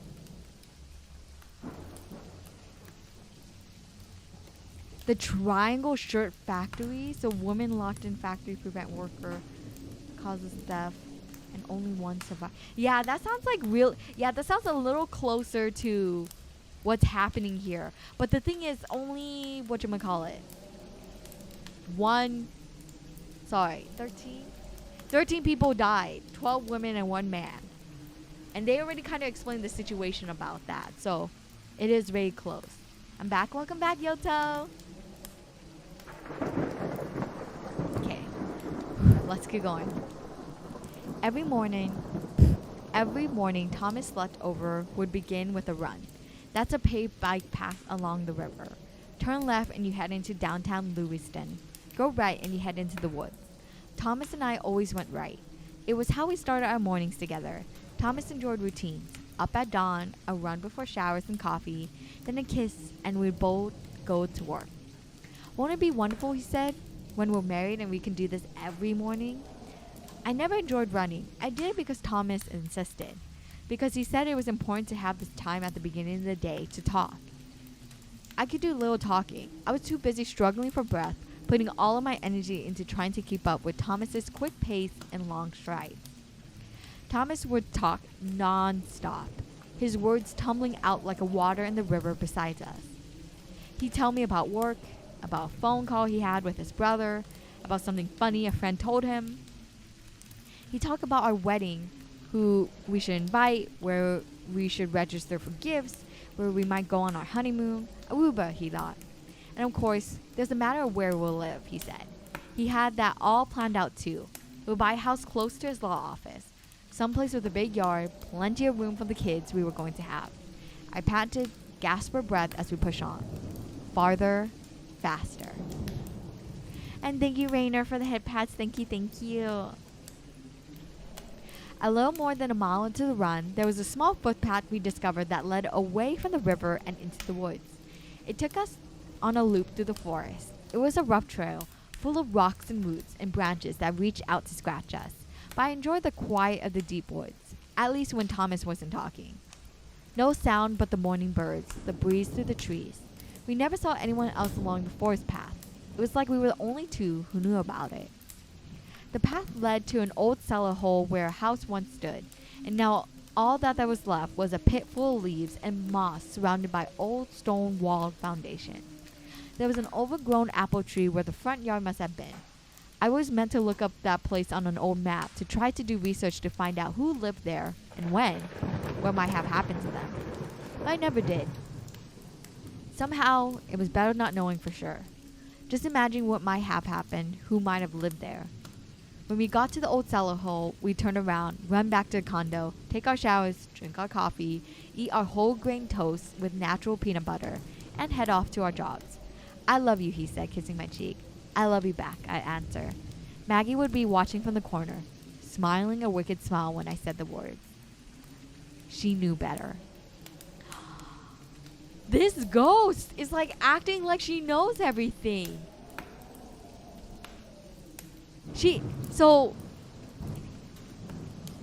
Our main girl isn't in love and doesn't actually want to marry this man. And this ghost seems like they're going to take it upon themselves to do something. That's what I'm really, really scared of. I feel like that's what's going to happen. Oh, I'm so scared. I'm so scared. Maggie and I were having our quiet midnight tea a couple weeks ago when the lights came on. There stood Thomas in his boxer shorts, blinking at me. The light was painfully bright. Maggie was gone. What are you doing? Thomas asked, looking at the 2 cups of tea. I couldn't sleep, I said. He sat down in her spot, picked up her cup, and took a long slurping drink. Maybe you should see someone, get sleeping pills or something. Tea dribbled down his chin. I hated him then. Time to go back to bed, he said, speaking to me like I was a small child. Oh, no. Oh, this is gonna be bad. This is gonna be bad. This is gonna be bad. I'm really old. Is our main girl gonna go crazy? Is she gonna kill him? Because she doesn't have the ring anymore. Ooh. Oh. Oh.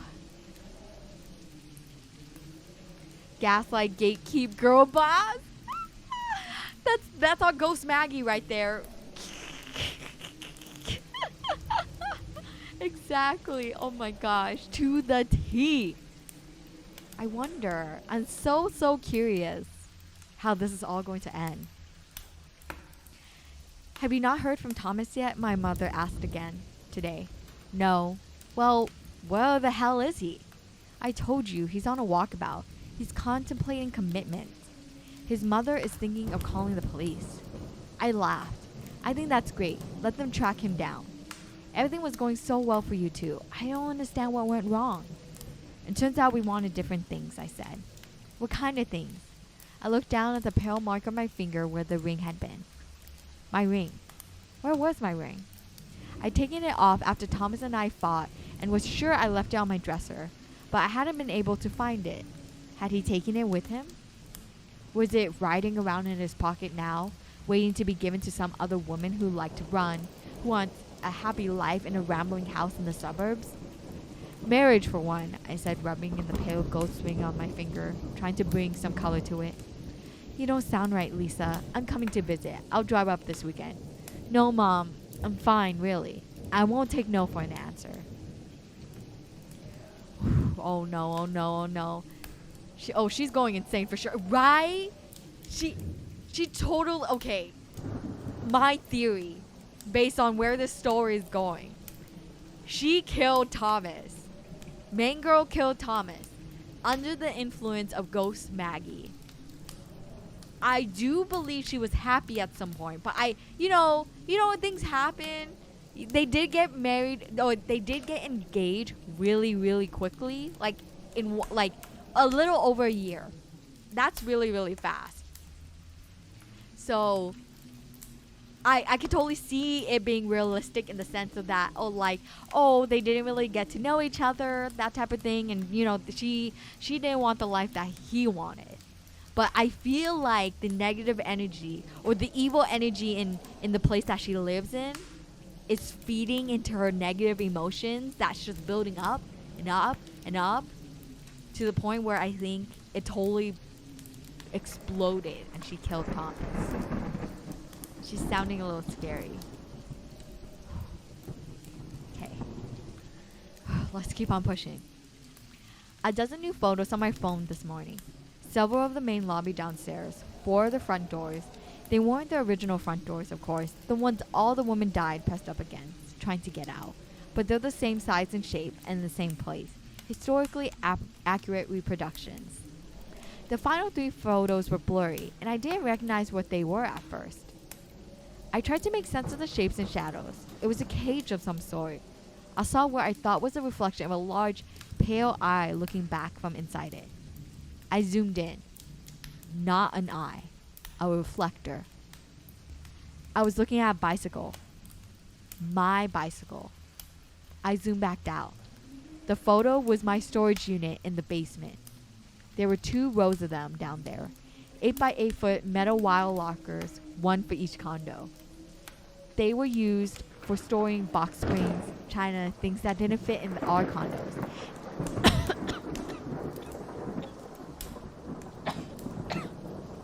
Oh gosh!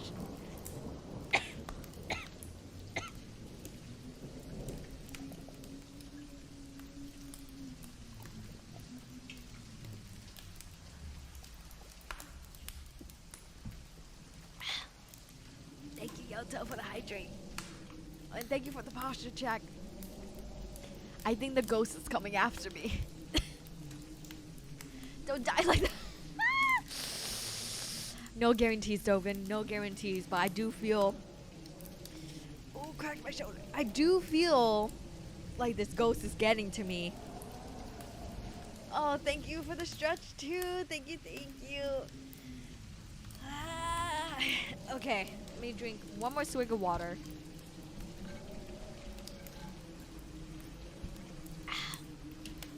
And then, let's keep going. The photo was my storage unit in the basement. There were 2 rows of them down there.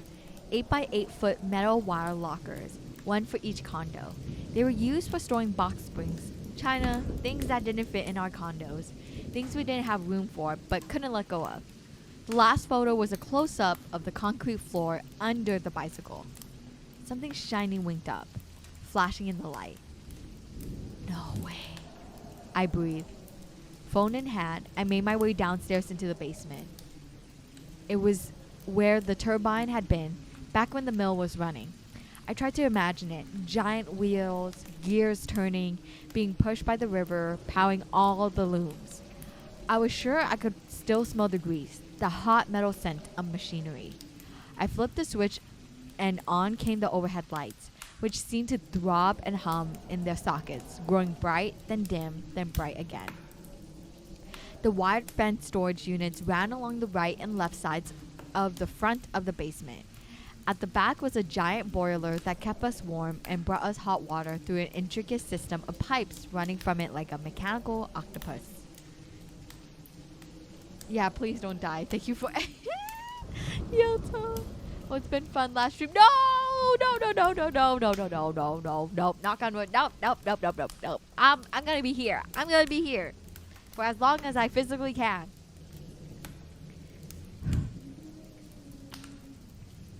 The door to my storage area did not have a lock as everyone else's did. I just never got around to buying one and wasn't worried about being robbed. It was where I kept my bike, the treadmill I haven't used in years, plastic totes full of out-of-season clothes, camping gear, a toolbox, Christmas decorations. I opened the door and noticed immediately that my toolbox had tipped over. The contents spilled out. Screwdrivers, pliers, a wrench, an assortment of nails, screws, and picture hangers. I began to shove it all back in the box haphazardly. That's when I spotted it. My diamond engagement ring, lying on the concrete next to some stray nails. I picked it up, started to put it back on my finger.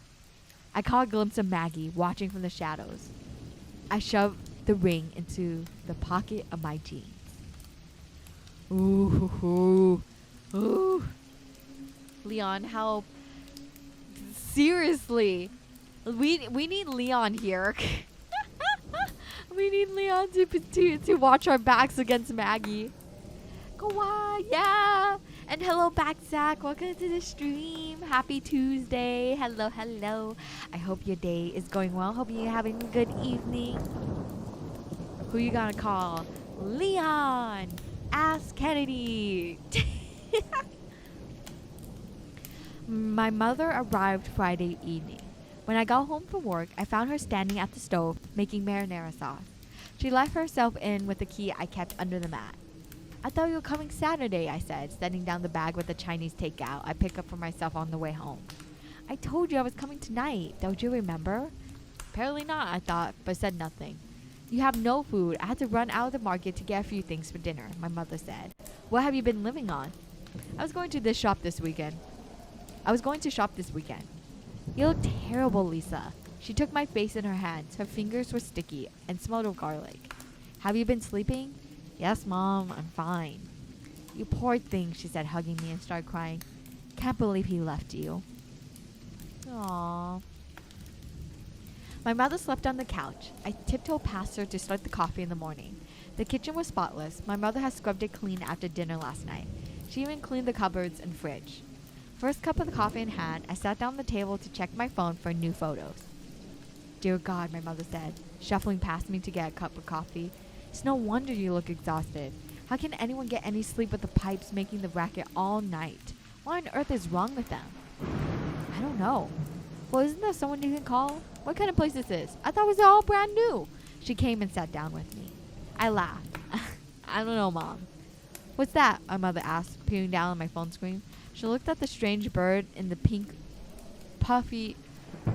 She looked like a strange bird in a pink fluffy robe, her short gray hair jutting out at funny angles, like tufts of feathers. I don't know. It felt like I was repeating the chorus of silly song. I don't know. Well, you took it, didn't you? She said. I didn't answer. The first photo showed a close-up of the forest floor. Pine needles, crushed brown leaves, dirt. I swiped forward. More photos of trees, dirt, rocks, dirt. I stopped on the final photo. This looks like some kind of mushroom, I said. The photo was blurry, but showed a clump of pale white plants with long, delicate curved stems that end in a bell shape. That doesn't seem right. Oh, I've seen those before, my mother said, and got up, went over to the couch, rummaged in her purse, and pulled out her own phone. Her thumbs and fingers tapped and swiped as she did the search. Here it is, she said. Monotropa uniflora. They're not really mushrooms at all. They're a plant with chlorophyll. Oh, they're parasitic, she exclaimed with glee. And listen to this. This ethereal-looking plant is known as ghost pipes, or a corpse plant. According to the folklore, they grow over places where the dead are buried. She looked at me, eyes wide. Creepy, right? Where did you find them? I looked down the photo of the ghost pipes, saw the row of polished stones behind it. I knew just where it was. Where are you going? My mother asked. For a run, I said, pulling my running shoes, unworn since the day Thomas left. They were cracked with dry mud. But you hate running, my mother called after me. I was already halfway down the hall. Maggie was there, just ahead of me. I caught a glimpse of her at the end of the hall. Then again, turning down the landing after the first flight of stairs. I chased her all the way outside, behind the mill and alongside the paved path that ran beside the river. I remember my last run with Thomas. I found an open house for us to go to this weekend, he said. This place looks perfect. I called the realtor and got all the details. He said if this house isn't exactly what we're looking for, he got a few others to show us in the area. But I don't want to move, I panted. I'm happy in the condo. He shook his head in frustration. Lisa, I can wait on the wedding, if that's what you want. I feel like I've been really patient with you on that front. But we need to start building our future together, to move ahead with our plans. Our plans, he said, as if he had a hand in crafting any of it. As if I ever had said that. The house is perfect for us. It's 4-bedroom colonial in a great neighborhood. Terrific schools nearby. Wow, subtle. Yeah, the mushrooms. Oh, we gotta find him. We gotta find him. Bustin' makes me feel good. Well, Zach, we got plenty of ghosts to bust. Schools, I repeated. Yeah, Lisa, good schools, he said impatiently. For our kids. He was talking to me like I was an absolute idiot. We were just entering the woods when I told him the truth. I don't want children. I never have. He stopped running and looked at me, his face red, his breathing heavy. But I thought, you never asked. You just assumed. I kept running faster now, well ahead of him on the narrow path. He hurried to catch up to me. Lisa, I thought you had it all worked out. I know. I pumped my arms, pounded along the dirt path as fast as my legs would carry me. It felt quick and light, like wind. On I ran faster and faster. I could hear his footsteps behind me, but didn't turn back to see how close he was. Lisa, slow down. We need to talk about this. I could see Maggie up ahead near the old cellar hole, watching, encouraging me. That's right. Tell him. Tell him everything.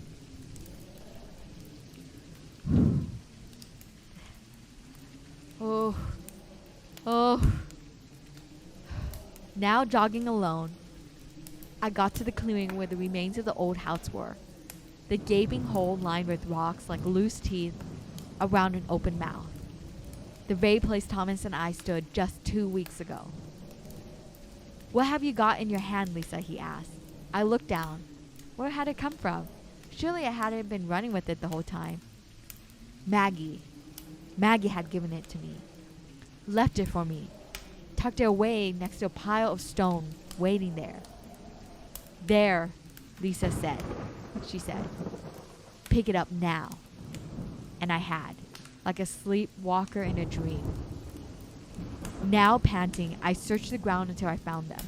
A strange explosion of white tendrils reaching through the leaf litter. Not like the pipes, I thought, but like pale fingers bent. Fingers with little flowers at the tips, bell-shaped flowers. I dropped to my knees. Hammer.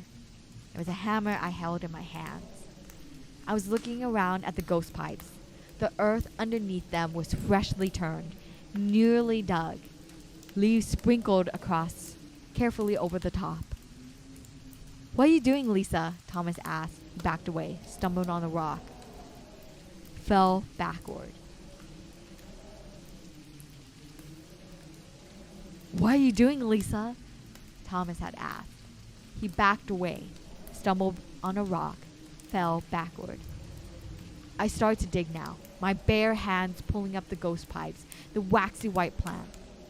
Ethereal. I clawed at the earth underneath. It was loose. I dug. I clawed. Some part of me already knowing, remembering what I would find. Maggie smiled as I dug. She stood, leaning against a nearby tree, and I remembered. I remembered the feeling of the hammer in my hand, the weight of it as it rose above my head, swinging up in great arc, then down with all my force. Yes, Maggie had said and nodded that morning. Good. More. Again. Do it again. I didn't hear my mother coming up behind me. Had no idea she followed me out of the condo. How she had managed to find the right path. But still, here she was. Just then, my hand brushed against something. I pulled back more dirt. Fingers. Not the strange ghostly plant this time, but actual human fingers. Pale and bloated, that seemed to be reaching towards the light. My mother was right behind me. My God, Lisa, she said. What have you done? The end. Oh my God. Oh my God. We called it. We called it. She. Oh my gosh. Pachi, pachi, pachi. Thank you. We were right. She straight up killed him in cold blood. Oh, excuse me. Oh, and thank you, sorry, Noni, for the hydrate and posture check. Thank you.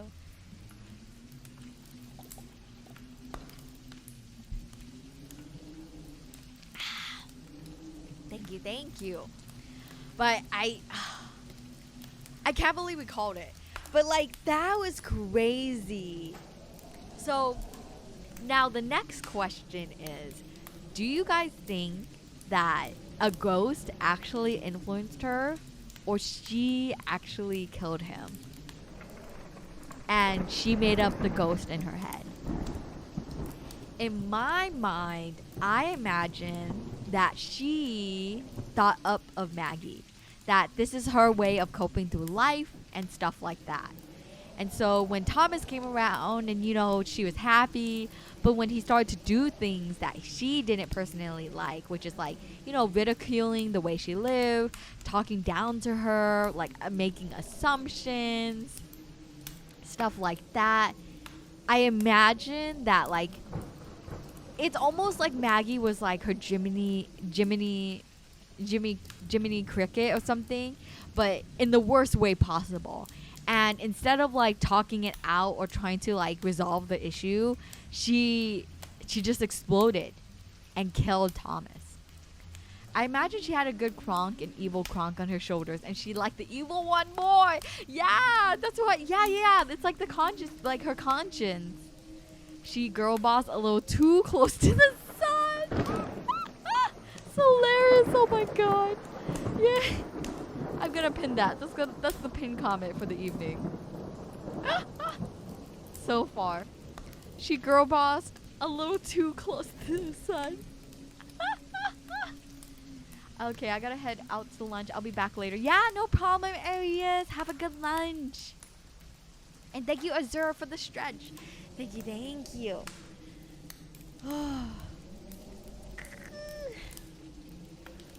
Okay. But yeah, like, the idea that she was like an unreliable author made the short story really, really good and compelling. Because, you know, I kind of just took it at face value, like, oh, there's a ghost, and, you know, these girls died. But, like, by the end of it, I feel like that was all an elaborate, like, setup. I don't think the ghost was real at all. And it was definitely, like, her good Kronk and evil Kronk.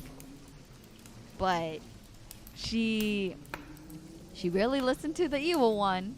For sure. I think the problem I have is just like, again, she should have talked to him. However, if you have very like what's the type of personality? Non-confrontational personality, then I understand that like she just exploded. Wonder what would explain her neighbors leaving though. Oh, Havel, you're right. I totally forgot about that. I would like to imagine it's because it's an old building with loud pipes. And that's pretty much it. Realistically, however, we could always accept the fact that there are ghosts, that something evil is rustling, something bad happened. Because you know what was so crazy is that so when she went down to her locker and her toolbox was knocked over, all the tools were sprawled out, and there was a hammer, her hammer, at the field when she killed Thomas. The next question is, how did she get that hammer? And that is something that is a little unexplainable, and that we could only really chopped up to it was the ghost, it was Maggie. But I don't know, something inside me is compelling to try to figure it out logically. One of them did say that their mom said the place was cursed. Yes, they did, which totally again comes up to play of like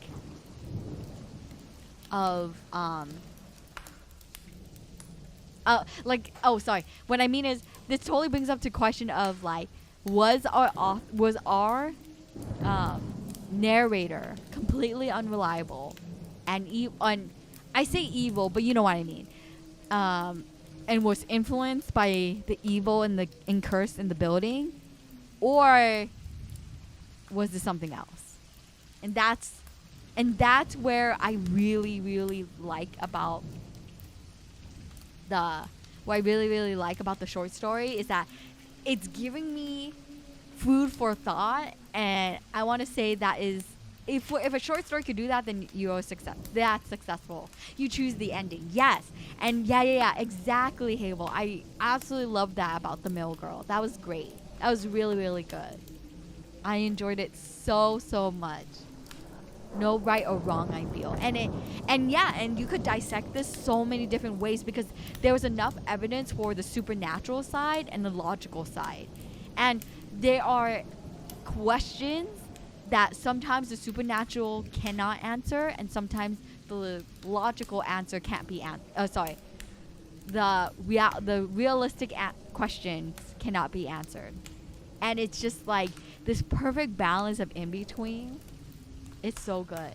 It was the right amount of spooky too. Okay, the next story we're going to read is called The Meddler. Okay, but I will need to go to the bathroom. I've drank so much water in the past like 2.5 hours. So let me see how long the story is.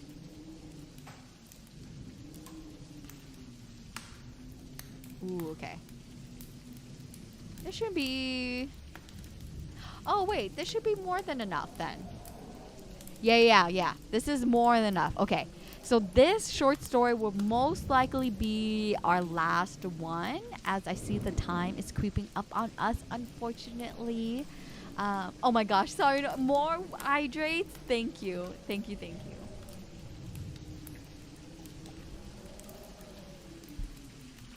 Okay. I'll be right back. I'll have the ambiance playing in the background. Okay, go stretch your legs, go refill your water if you have to, or go get some snacks, or if you're feeling a little scared, get your safety blankets. Okay, I'll be right back.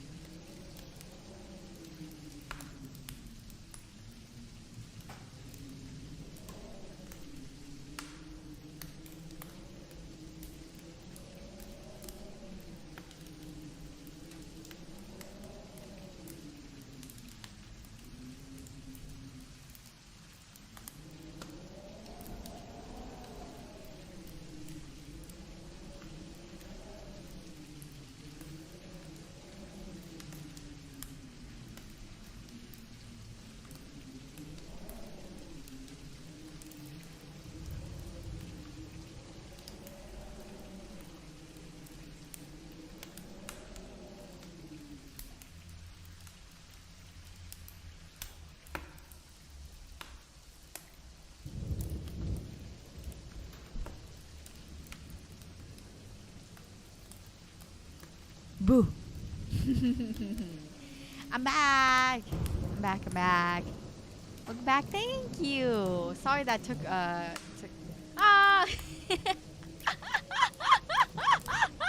Yeah, crumbles. Did I scare you guys? I entered to get John. Good. You guys always get me. I never get you guys. So this is the least I can do. But welcome, Ghoul. Happy Tuesday. Welcome to the stream. Hope your day's going well. Why the bong? Oh, now I have to change my. Sorry, no need no. Dex. Oh my god, that was so loud. What the heck? I mean, you left the backpack too close to the fire, and it's super warm in here. Do you see how far away the fireplace is to me? You guys are fine. You guys are complaining. And thank you, Cabison, for the dig bit. My day is going well. I have been doing nothing but grinding a single game. Oh my gosh. That was me with FGO when it first came out. She's Cabison. That actually scared me. So okay, so it's Cabison's fault this time. Alright, I'm back. What'd I miss? We just finished up the Mill Girl. I went to the bathroom and we'll be starting our next short story shortly. Speaking of FGO, the spooky list. Yes, it is. I've been very busy though, so I haven't been playing the event. So I know I've been missing out on like the free grails and stuff, but I'll get to it eventually.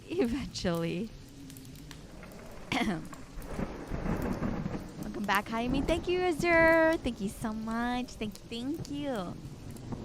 Okay. So, we'll be moving on to our next story, The Meddler. This is by Edgar Cantero. Ooh, I'm a little scared. I don't like this title. Working on Berserker class score. Second class scorecard. Oh, yeah. Wait. I need a... Sorry. I apologize for not... I haven't looked at the messages, Solaris and Frost, about my fake class. I'm so sorry. I'll respond real soon. Probably tomorrow.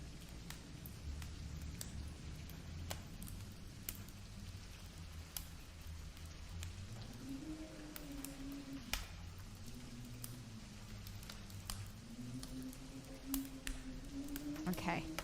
Whew.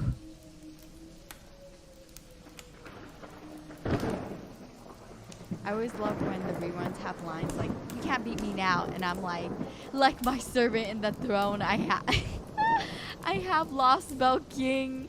You're just like, pshaw, like, move out of the way. TLDR, counting sand is eternal. What? Oh my gosh, what's happening? What's happening at FGO? Okay. Let's begin our next tale, shall we? This will be the last tale of the evening, so I hope you guys are in for a good time. Let's get spoopy. The Meddler, Part 1. What do you mean, Sosamon Valley? I thought you were going to Blyton Hills. I am in Blyton Hills.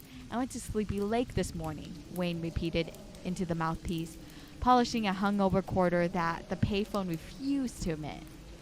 Did you take pictures? Yeah. Lots of fallen trees and washed up boat.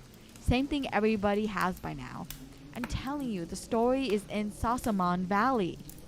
Is it? Brian said, his skepticism coming nice and clean through the crackling receiver. Did a chemical plant explode in Sosamon Valley? Did people report a colossal monster rising over the hilltops with giant tentacles waving in the air in Sosamon Valley? No, but do they have a haunted amusement park in Blyton Hills? He paused. Even the static on the faulty telephone seemed to subside for a second, waiting to hear the reaction to that perfect pitch so seamlessly slipped in. If I was talking to you in person, I'll kick your ass out of my office, Brian said. You don't have an office. You have a nameplate that says senior editor on your desk in the sunny part of the basement. Hence the hypothetical if I was. Don't you mean if I were? I sent you to Blyton Hills to cover a monster sighting. Do you know how often rednecks claim to see monsters in Oregon? Actually, fairly often. But do you know how often they agree? This is a once-in-a-lifetime story, which the Pennaquick Telegraph already has, Wayne insisted. Blyton Hills is last week's news. I'm giving you our very first scoop. I heard it firsthand from a guy I met at the truck stop. You should have seen the terror in his eyes, man. He's scared shitless. No one else has this. This is our exclusive. Just let me fill you in on these details, okay? Listen to me. He listened to the static for a second, then banged his hand on the payphone. You listening? Yeah, I'm listening. Okay, brace yourself, he said, flipping through his notes from the morning, already turning illegible. We have a dead clown, a juggling act gone horribly wrong. The guy caught fire and burned to death on stage. At least that's the official version. My source says the clown asphyxiated up while jacking off with the bag on his head. We definitely go with the fire version, Brian said. What is this story? Also, the fact that it's a clown. Excuse me, I'm definitely going to have nightmares.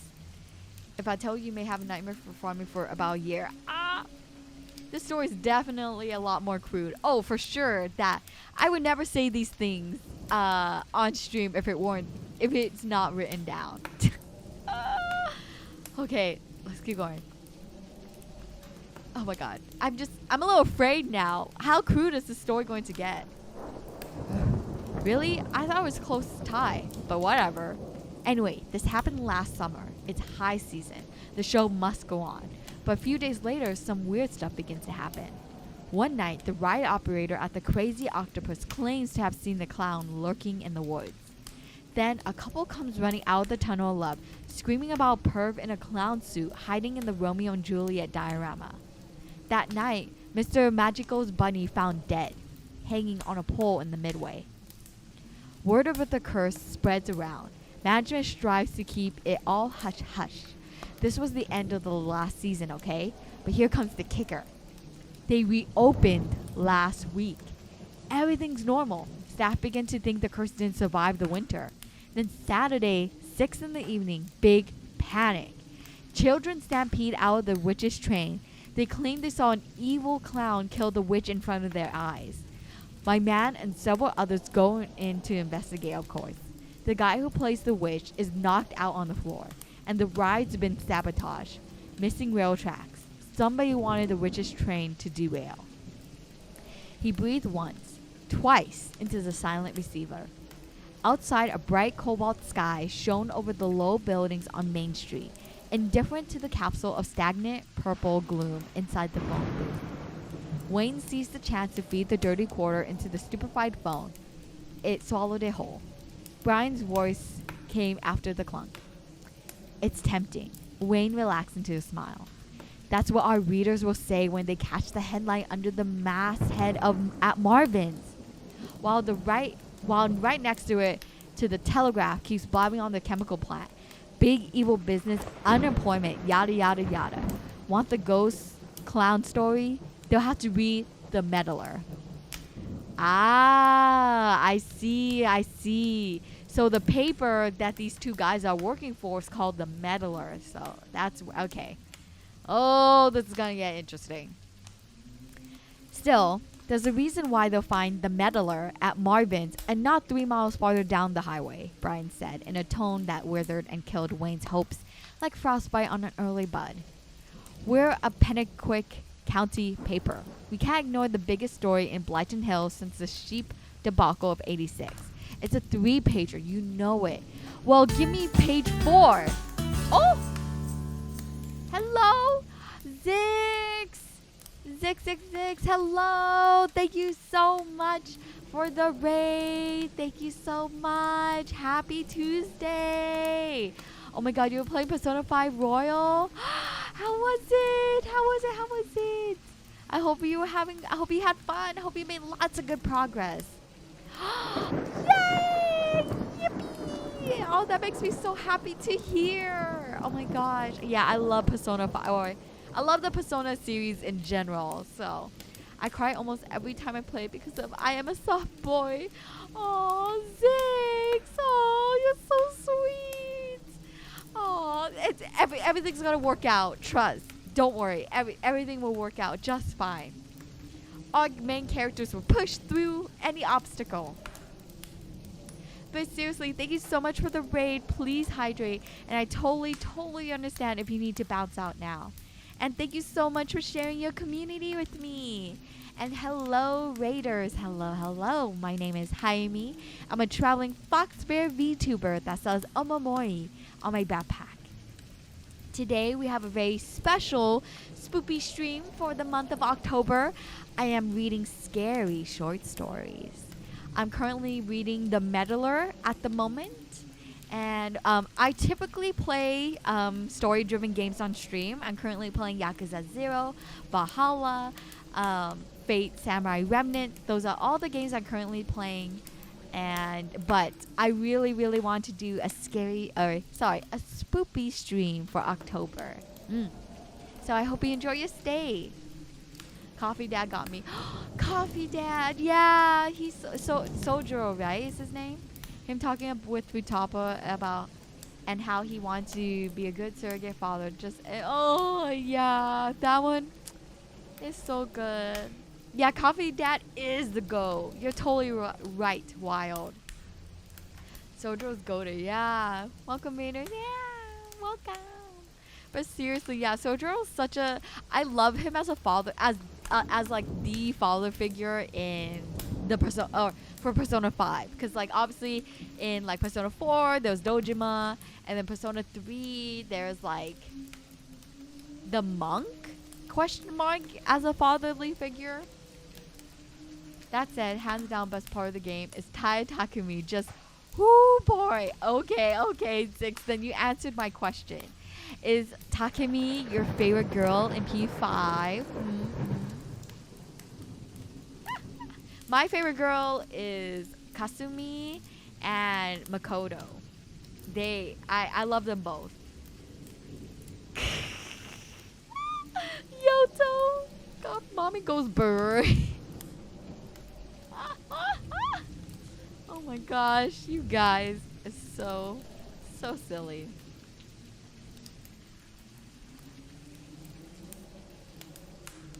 My fave girl's on. Yeah, on so cool. Now I'm in close. If she didn't exist, my best girl would be either Makoto or Hifumi. Oh, Hifumi. Ah, yeah. Oh, Hifume. Yeah.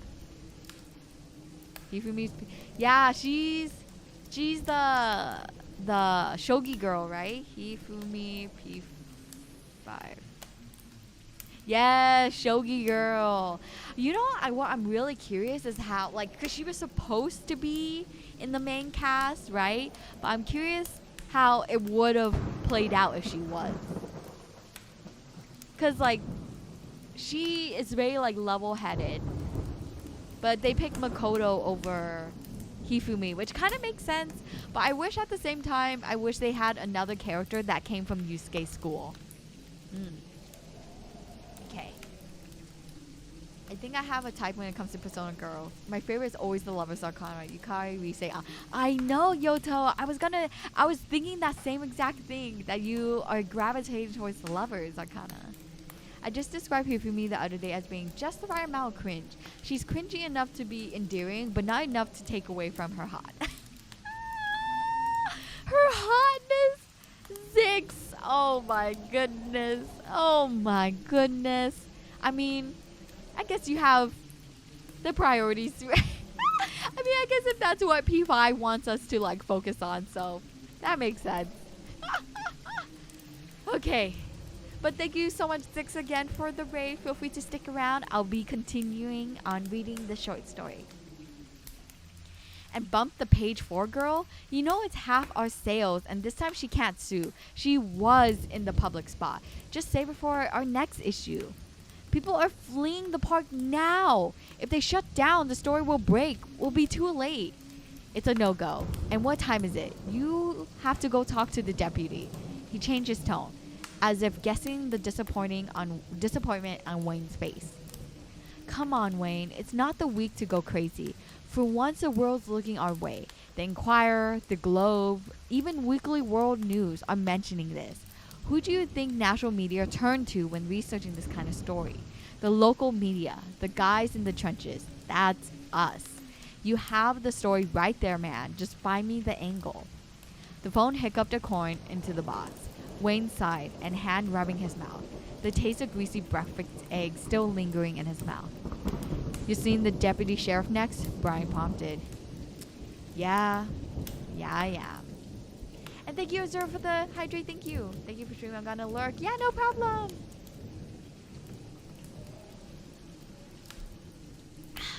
Okay, work him good. Hey, and please try to get here before 6. My mom needs the car to go to her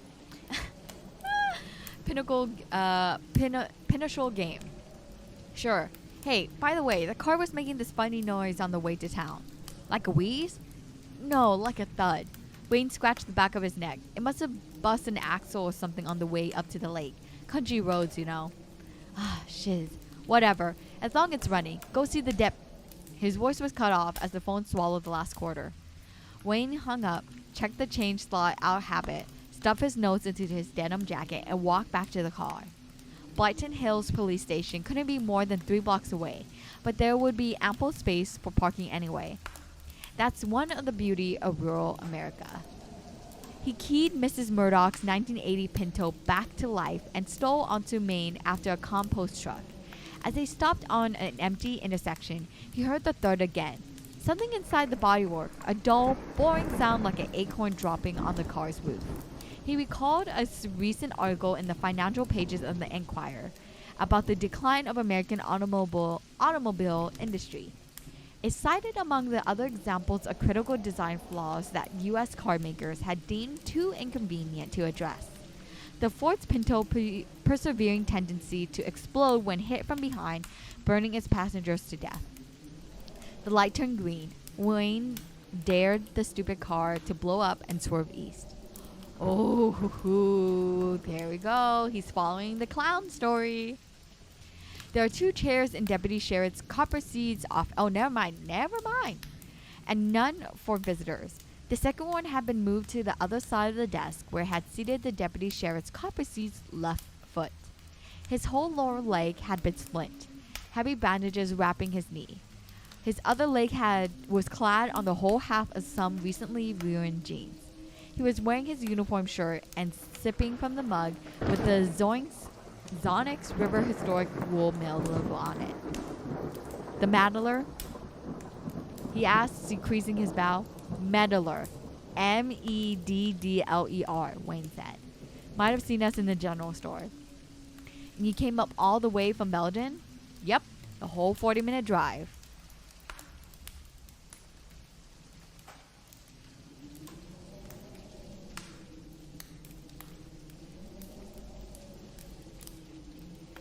Oh, sorry. What an interesting text. Okay. Title drop. Yeah, title drop. Copper Seed nodded, seemingly impressed. Then there was somewhat lengthy silent shot and wide angle, once seemingly in a police station, with no background of phones ringing, no fax machines, no drunk singing from the pen. The kind of silence that brought into focus the fact that Blyton Hills Police Station was a plain, red brick building with an empty reception desk outside the deputy sheriff's office, and little else. No felons in the pen, no officers on the phone, no fax machine, and only 2 chairs. The lack of auditory stimuli somehow made the other senses grow suspicious. Does it smell funny here? Wayne asked. Yeah, a raccoon died in the basement. We're still ventilating. Must have been one hell of a raccoon. Too big for its own good. So your leg, Wayne said, shifting his weight and diving back into his notes. You say you broke it in a car accident? Care to elaborate? Apparently, I suffered hypercampenia, Copperseed explained, resting the mug on his desk and leaning back on his chair.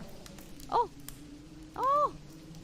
And thank you, Asmodeus V. Thank you so much for the follow. Welcome to the caravan. I hope your day's going well. Asmodeus. That sounds very familiar. Asmodeus. Is that a story? Not a story, like a character? Asmodeus. Wait, that sounds like a historical figure. Asmodeus. Yeah, that does sound like a historical figure. Can't put my finger on it. It's a demon? Oh, it's a demon? Oh? Really? Damn. Okay. Oh, okay. I was not expecting that. Peaks? Ah, hello. Hello, hello. Since it's your first time here, let me introduce myself. My name is Hayami. I'm a traveling fox spirit VTuber that sells omamoris on my backpack. I am currently reading scary short stories for the month of October. Or for this special stream anyways. I really wanted to do a spoopy stream for, you know, the wonderful October month. So I usually play video games though, story-driven games specifically. I'm playing Yakuza 0, Valhalla, Fate Samurai Remnant, and one of my favorite all-time games is Hades. So I hope you enjoy your stay, Asmodeus. Yeah, one of the Lords of Hell. Oh, okay. Oh no, Solaris, thank you for the heads up. I didn't know that. I'm looking for a skunk, but never mind. Well, in the short story, a raccoon died. Close enough, maybe? Copperseed explained, resting the mug on his desk and leaning back on his chair. CO2 poisoning. I lost consciousness at the wheel, ran the cruiser into a hydrant. CO2 poisoning? Wayne repeated as he wrote. Because of the limbic eruption at the lake? Limnic. Lymnic. Right. Was that before or after the chemical plant exploded? Hard to tell, Copperseed sighed. Nobody knows when the lake went off, exactly. No witnesses. Convenient.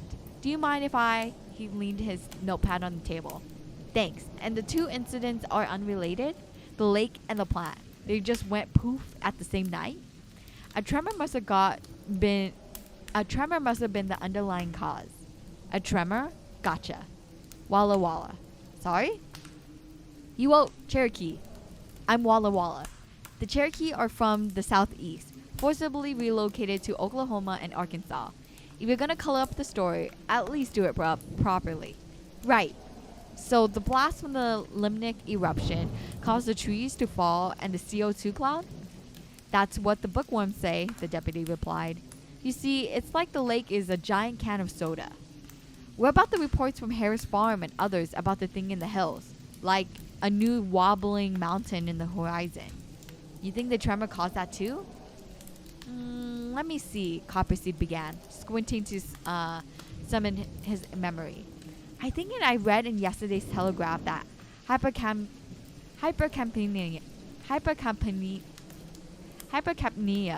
can also cause hallucinations.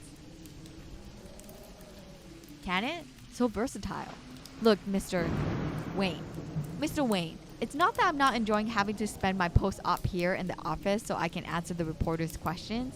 Hell, at least you guys keep me company. But there's so much I can tell you, only so much I can tell you about that night. I was knocked out most of the time. Yeah, I see. Lucky the military took over so quickly, Wayne snarked without looking up. I beg your pardon? Wayne looked up now, found the deputy sheriff looking at him dead in the eye, the after sound of his last line making the temperature drop. A black and white picture of a military funeral flashed before Wayne's eyes. That had been yesterday. One of the deceased had been longtime residents of Blyton Hills. Not lucky for them, I mean, Wayne mended. My apologies. He sought refuge in his notes again. I came across another loose end. You weren't the only policeman on duty that night, weren't you? Were you?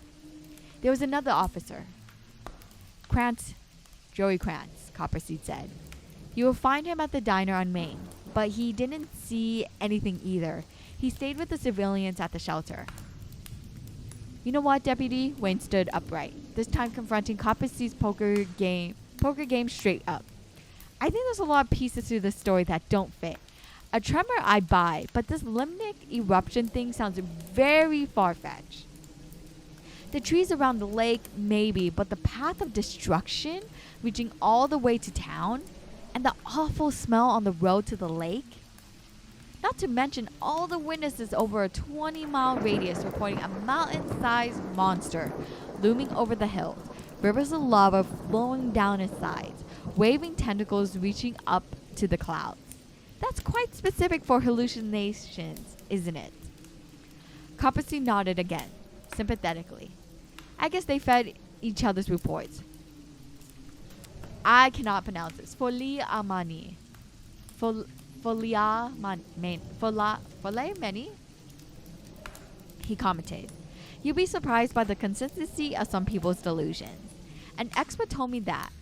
You guys in Blighton Hills have a history of shared delusions, don't you? All those rumors about the creature roaming in the woods a few years ago. What? Oh, you mean Thomas Wickley? The cop said with a chortle. We closed that case years ago. Some local kids did. Great story about it in the Telegraph. The rare smile on his face had the power to break the spell. Suddenly, the police station didn't seem ominously quiet, just empty. Wayne averted his eyes, the anger quickly seeping out his body. That story has a lot of holes, too. He pocketed his notes furiously. He may be able to feed this kind of bullshit to the Telegraph, deputy, but we're no hillbilly gazette. We're the meddler. We stop at nothing but the truth. We owe that to our readers. He swallowed, then went straight ahead and added, we owe it to our troops. One more mention of our troops, son, and in 10 years, your ass will still be trying to figure out how a one-legged Walla Walla could get all the way back to Belden. A shape of the previous smile still lingered in the policeman's lips upon delivering that line, and a few seconds later, while Wayne considered his options. Oh, who cares, he muttered, shrugging, zipping up his jacket. I know this is a non-story, okay? If it were up to me, I'd be following the ghost clown thing up in Susamon Valley. Ghost clown? Copperseed frowned. Like in It? In It? In It what? It. A novel by Stephen King. It's like a bunch of kids who confront an ancient evil, and years later they return to their childhood town as adults to finish the job. Right, the haunting past and all that. Wayne groaned on his way out. Haven't read it, but sounds trite as hell. So far, I'm not liking this main guy. He's very stuck up. If that's the way, like, I totally understand like where his passion is lying, like wanting to get the truth, and something is sussy with this story. Something is wrong, but I'm not sure. I don't know if a mountain-sized monster truly exists, because that'll be a whole other conundrum. Okay, part 3. Roy Orbit. Oh my gosh, why do they have such complicated names? Roy Orbison's Oh Pretty Woman had just come on the almost vintage radio in the corner over the malt mixer. Wayne perched himself on a bar stool and took a precursory glance at the sandwich list on the blackboard. Nothing really stood out. But Blighton Hills didn't offer many alternatives for lunch. He turned around on his seat, facing the tables, and scanned the crowd for a uniform. A spotty kid rushed in to lay a paper placemat and silverware in front of him, chiming the greeting message. Hello, welcome to Ben's Corner. Our special today is grilled cheese and tomato soup. He waved the menu in front of him, failing to get his attention. Are you looking for something? No, they told me I find a police officer here. Oh, I'm a police officer. Wayne turned to the kid as he slapped the rag onto his shoulder and adopted the most martial look his apron and Motley Crue t-shirt underneath would allow. Volunteer, he clarified. Joey Krantz. This is my full place. I'm lending a hand. Can I help you? Wayne didn't try his best to hide his surprise. You're the other officer on duty the night of the incident? Oh, you're a reporter? Joey moaned, abandoning any pretense of police business. Don't tell me Copperseed sent you over. Why can't he handle it himself? He knows I always talk too much. Oh, that's okay, Wayne reassured him, going for his ballpoint pen. I'm Wayne. I work for the meddler. sorry, man. I really have nothing for you, Joey told him, pulling out his own notepad, ready for a booth round. I told the same to every media from here to Portland. I know nothing else about the plant. The limerick eruption, the whereabouts of Mrs. Morris. Wait, Mrs. Who? Joey rotated back to him, retracting his words. Oh, shit, Coppice didn't tell you that? I'm sure it slipped his mind. So, Mrs. Morris is missing?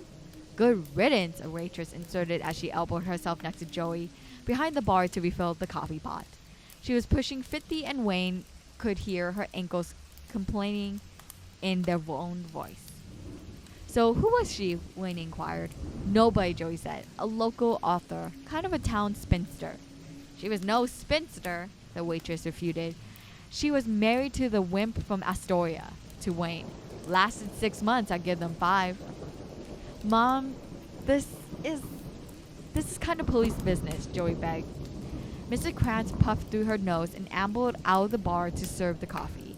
Wayne flipped to a blank page in his notes.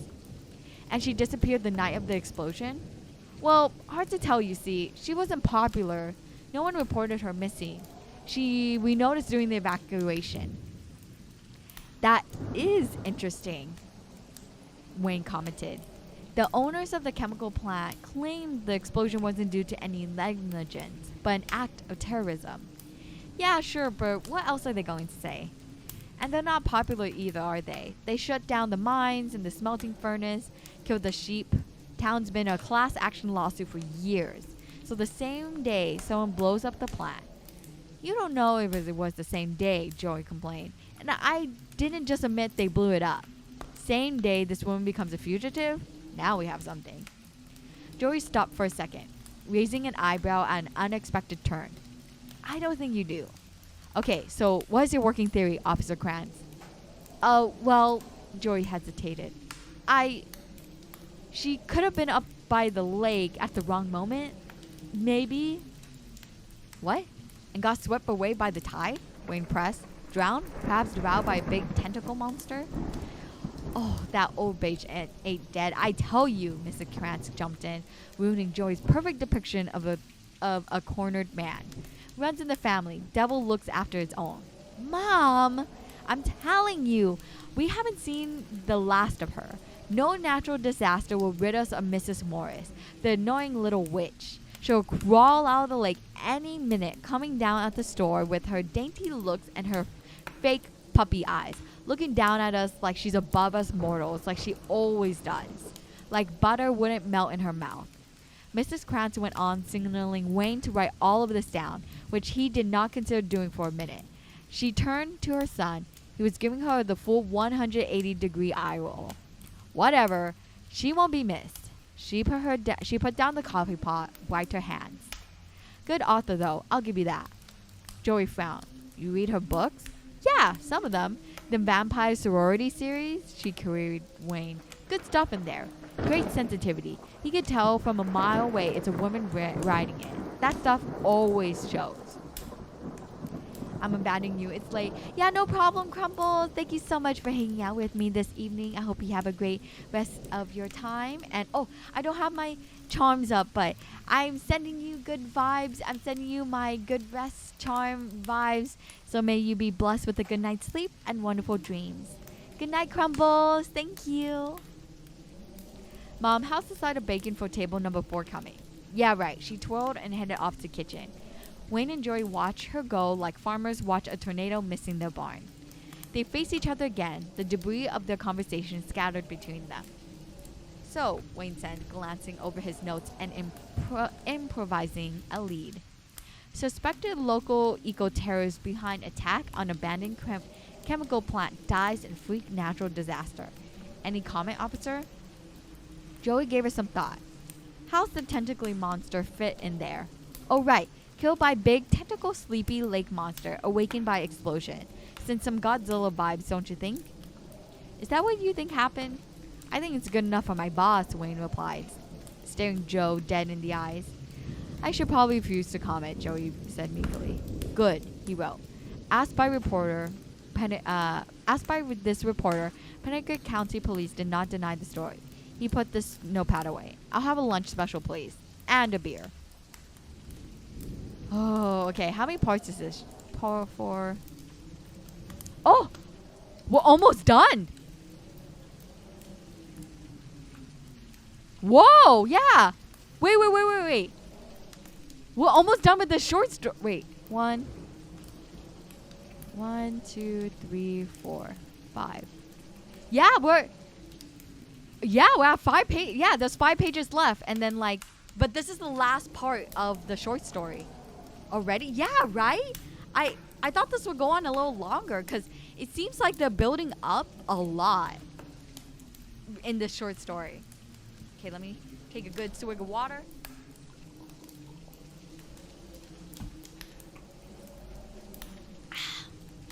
Okay. One last push, guys. Let's finish this.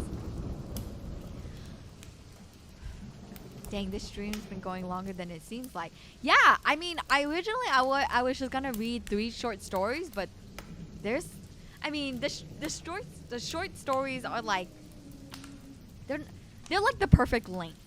But it's also I'm like talking to you guys and reading out my thoughts and stuff about what's happening. So, but I'm having a lot of fun. Totally different from like my usual streams. But I don't mind doing this every now and then. Okay. Let's do this.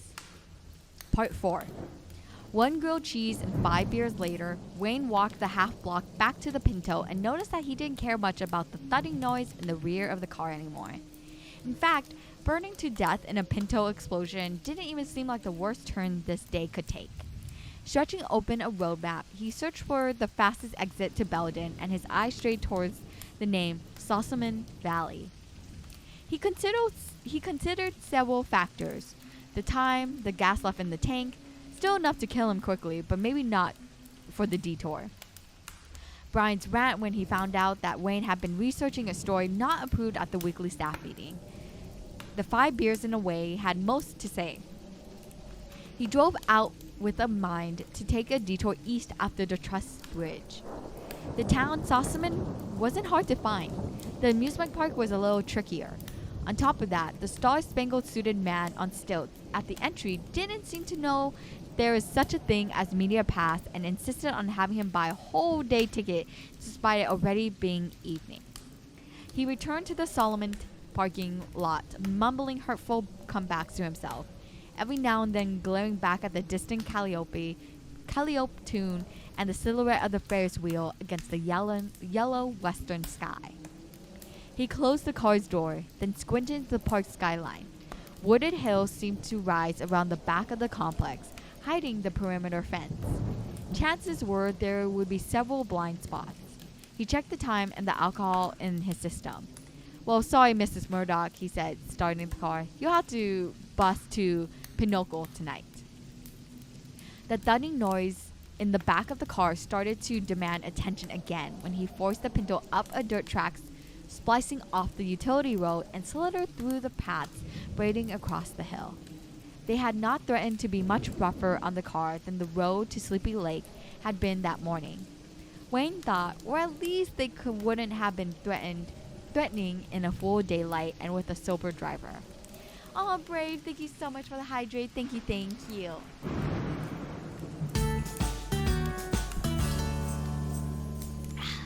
Hero! Thank you so much. Thank you so much for the raid. Oh my god, you were playing Death Mark? Let's go! Oh my god, how's Death Mark? Are you really liking it? It's one of my favorite games. Yeah, I'm playing Death Mark. Let's go. Hello, Fox Friend. Hello. Oh, hello, Momi. Hello, Drinkable Oni. But Hero, thank you so much for the raid. Thank you. I hope you had a great stream. Please hydrate. And most importantly, thank you so much for sharing your community with me. Hello, Raiders. My name is Hayami.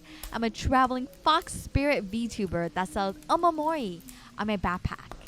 We are in high gear in spoopy season right now. So for today's stream, I am reading scary short stories. This isn't what I usually do. I usually play video games on streams, usually story-driven games like Yakuza 0, Valhalla, Great Ace Attorney Chronicles, and Fate Samurai Remnant. So I really hope you enjoy your stay. It's been fun though. I'm really upset with some part of it. Aww, like it is the first game, so there are some things that are, I will say, could be improved on. But I will have to say, I will let you know, I like the second game a lot. I'm really excited for the third game. I believe the third game should be coming out next year, I think. Question mark. I prefer game horror to amplify the effects at times. I see. No, don't spoil that surprise for my eye. Oh, wait. I'm so sorry. Oh, I'm so sorry, hero. I didn't mean to spoil. I'm sorry. I'm so sorry. Men in Black, beam. Everyone forget now. Beep. Everyone forget, okay?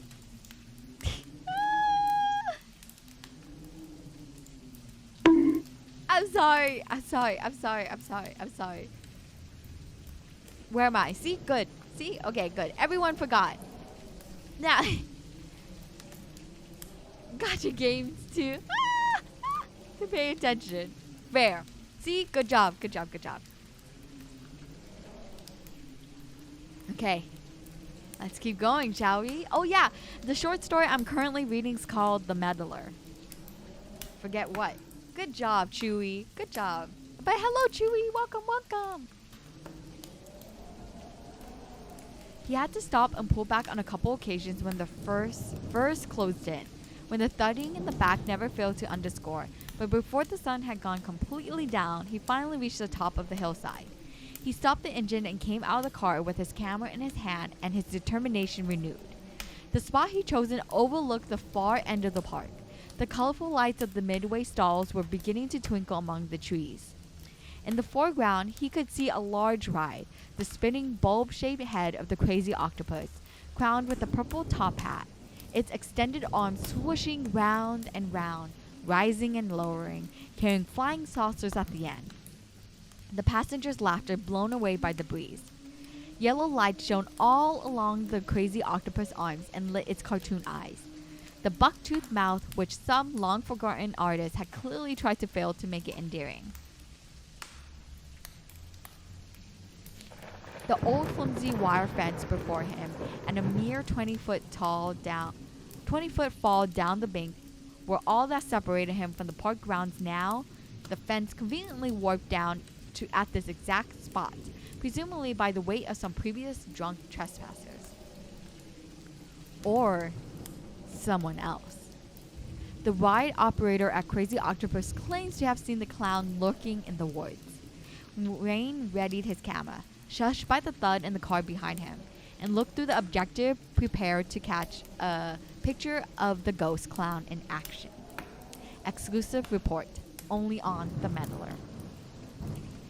It wasn't until this paragraph that he noticed the thud inside the Pinto, which was parked with the engine turned off. He felt something uncanny vividness at that moment, not as much as new sensation as the gaping void left by the sensation that had been there all along. Slipping swiftly out of his head as though a magician had yanked a tablecloth from underneath his eyeballs. That had been his body instantly expelling the inebriation, as adrenaline is supposed to do in extreme situations.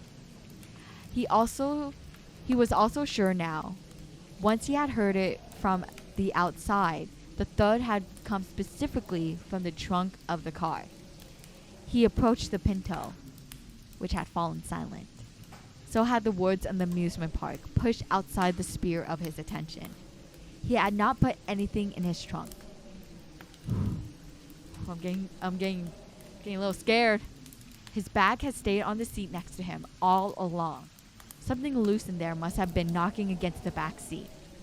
But he couldn't hear it on the state route or on the way to the lake. He had begun hearing it after the lake. This part of his brain holding the alcohol to bay urged him to solve the mystery before he lost focus. Wayne lurched forward, flung open the trunk lid, and pulled out the blanket on top.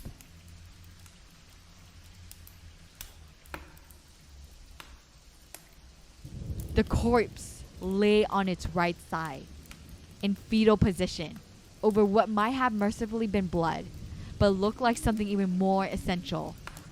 Not just a fluid that may inconveniently gush out from a body, but the ragged viscera that makes the body itself. It was a tight fit. It helped that some parts, an arm, a large section of the abdomen, were missing. Some other parts were closed. Dirt, leaves, and kelp tainted the smooth surface of the leather thigh that had looked practically whole. One boot and possibly the foot within had been pierced through. The hole was now clogged with mud. The face was flushed white under some dirty black scratches. Fire had consumed most of the hair on the temple. Water struck the remaining hair over the burnt patch. There was just another second of lucidity after that, one in which Wayne, still aware of the drowsiness slowly returning with the side of violent nausea, fighting to ignore the voice of reason that insisted on reading the new macabre details in the history of that body that he did not care to know, managed to recall one sentence from the day, the perfect lead. No natural disaster would rid us of Mrs. Morris. That was the very last second before his mind collapsed, before reality succumbed, before the corpse stirred in the trunk and turned its head, showing the worst half of it, the one where a cracked skull and charred brain within shone under the amusement park lights, and with his last shaving of sanity. Wayne saw through the torn cheek, the tongue squirming within the mouth, pressing on the bloody teeth, rolling off the palate, articulating the corpse's word. Sorry, dude. I needed a ride.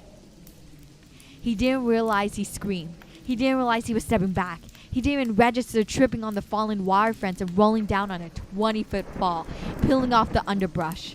He reached the bottom and he was back on his legs again, staring at the top of the hillside, shouting by default, incapable of anything else, unhinged for the rest of his life.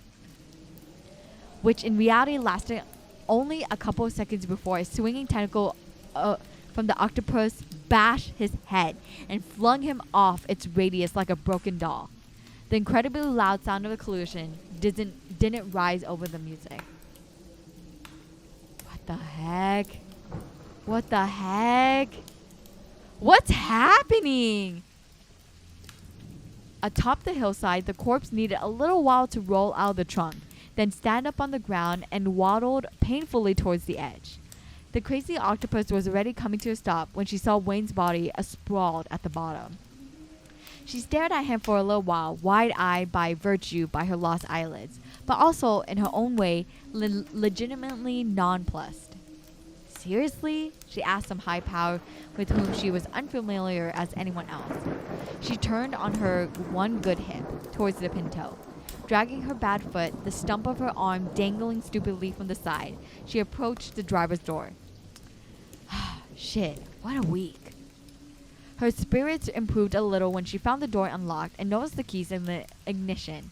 She opened the door and plumped on the driver's seat, then manually pulled her legs in. She closed the door behind her, and the effort broke into a coughing fit. Mud from the shores of Sleepy Lake splattered across the dashboard. She gave herself a few seconds, which she used to examine the inside of the car. Of course, she had to steer and switch gears with one hand and press all the pedals with one foot, but once she snapped on the lights, she could see a pretty clear path ahead, down to the utility road. Night was falling quickly. She would make it a few miles somewhere far away where she could comfortably crawl into a hole, lose consciousness, and heal. Her fingers, those that still kept flesh on them, turned the key. The car purred back to life. Mrs. Murdoch wasn't happy about having to take the bus to her pinnacle game. What? What the heck? What the heck was this story? What? This one's weird. I agree, Dovin. To be honest, I've been paying less attention to this story. There's only so long I can listen to stories before I lose focus. No problem, Camison. I think 3 is a good amount. And look at that. We did 3.5 hours stream. But I'm a little sad. The first 2 were so good. I feel bad ending this spoopy stream on such a weird short story. I guess the point is that, like, this short story was trying to take us off our trail. Like, there's so many different leads that the story could have gone with, and I was thinking out of the clown one because that was what the guy wanted to do. But then I guess the point of the short story is to take us by surprise and left field that it was actually about the woman who died. I'm dying. More like effing taking the bus. Am I right? I guess. Yeah, the way it ended, Mrs. Murdoch wasn't happy about having to take the bus to her. What? It's so. Oh, this one was very, very weird. I will have to say. But with that, I will have to say thank you so much for everyone coming to my brand new stream. Or sorry, not my brand new stream. To this new, like, stream format, if that makes sense. I just wanted to try out something new. And so, yeah. Drink some water before you go. Oh, yeah, for sure. My throat is raspy. Like, like super raspy. So I'll drink plenty of water before I go to sleep. It was lots of fun. Thank you, Dovin. Thank you for the stream. It was fun to listen to. Wait. No, like, legit, that makes me really, really happy. I honestly thought about this. I thought about this stream, like, last month. And I was like, oh, is this a good idea? I'll try it out, right? Nothing ventured, nothing gained. And I definitely feel like this was super fun. I think that I really enjoyed reading out a story to you guys. Maybe I'll cut it down to, like, 2 short stories, and I'll kind of, like, I'll Google a little more thoroughly on, like, good short stories. Whether it's spoopy, Christmas themed, Valentine's, something along the lines of that. Nice stream. Thank you. Thank you so much, Yoto. Story reading stream are some of my favorites. So that was a good time. Oh, Solaris, really? Oh, that makes me really happy to hear. Maybe, I'll look into other short stories. Like, obviously, like, it doesn't have to be themed necessarily, right? Like I pick spooky, I pick scary short stories because it's, it's October. But maybe I could find other good short stories in general that I could just read out loud in the future. This won't be like a often stream, I will say, but I'm really, really happy to hear that you guys enjoyed it overall. And, this definitely puts this into the roster of my stream ideas for the future. I am my bio to do stream reading. Hades fan. I should read fan fiction. Oh my god, Yoto, you're right. Obviously, PG-13 fan fiction. Like one-shots. Yes, of Zagreus and Thanatos. And Kazuma and Ryunosuke. Oh my gosh. Oh, these are such good ideas. Thank you. All of your ideas are good ideas. Camison, you are too sweet. Thank you. Oh, like bad fan. No! Good fanfic. Hayami reading my immortal. Oh my goodness.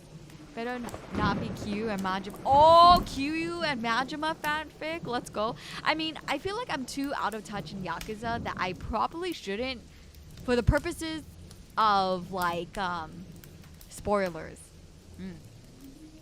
Okay, but with that, we will be ending tonight's stream. Woo! Yippee! Thank you again, everybody, for hanging out with me. Okay, here is the raid message. And before we end up listening to Hayami X self-insert fanfics, oh my god, I think I'll die of embarrassment. No, please, no, not that one. Okay, well, perfect. I'll definitely think up some stuff in the future. I actually have one other stream idea that I really want to try out, but it makes no sense. Like 0 sense. So I have to let it cook some more. But with that, here is the raid message. We're going to be raiding Zura, who is streaming right now. Okay. Feel free to copy the first message if you have my emotes. If you don't, do not worry. Feel free to copy my second message. Again, thank you so much, everyone, for hanging out with me for this brand new stream idea. I really do appreciate you guys being so open-minded about it. And I had a lot of fun reading these stories. And I'm happy to hear that you guys enjoyed it too. Minus that last one.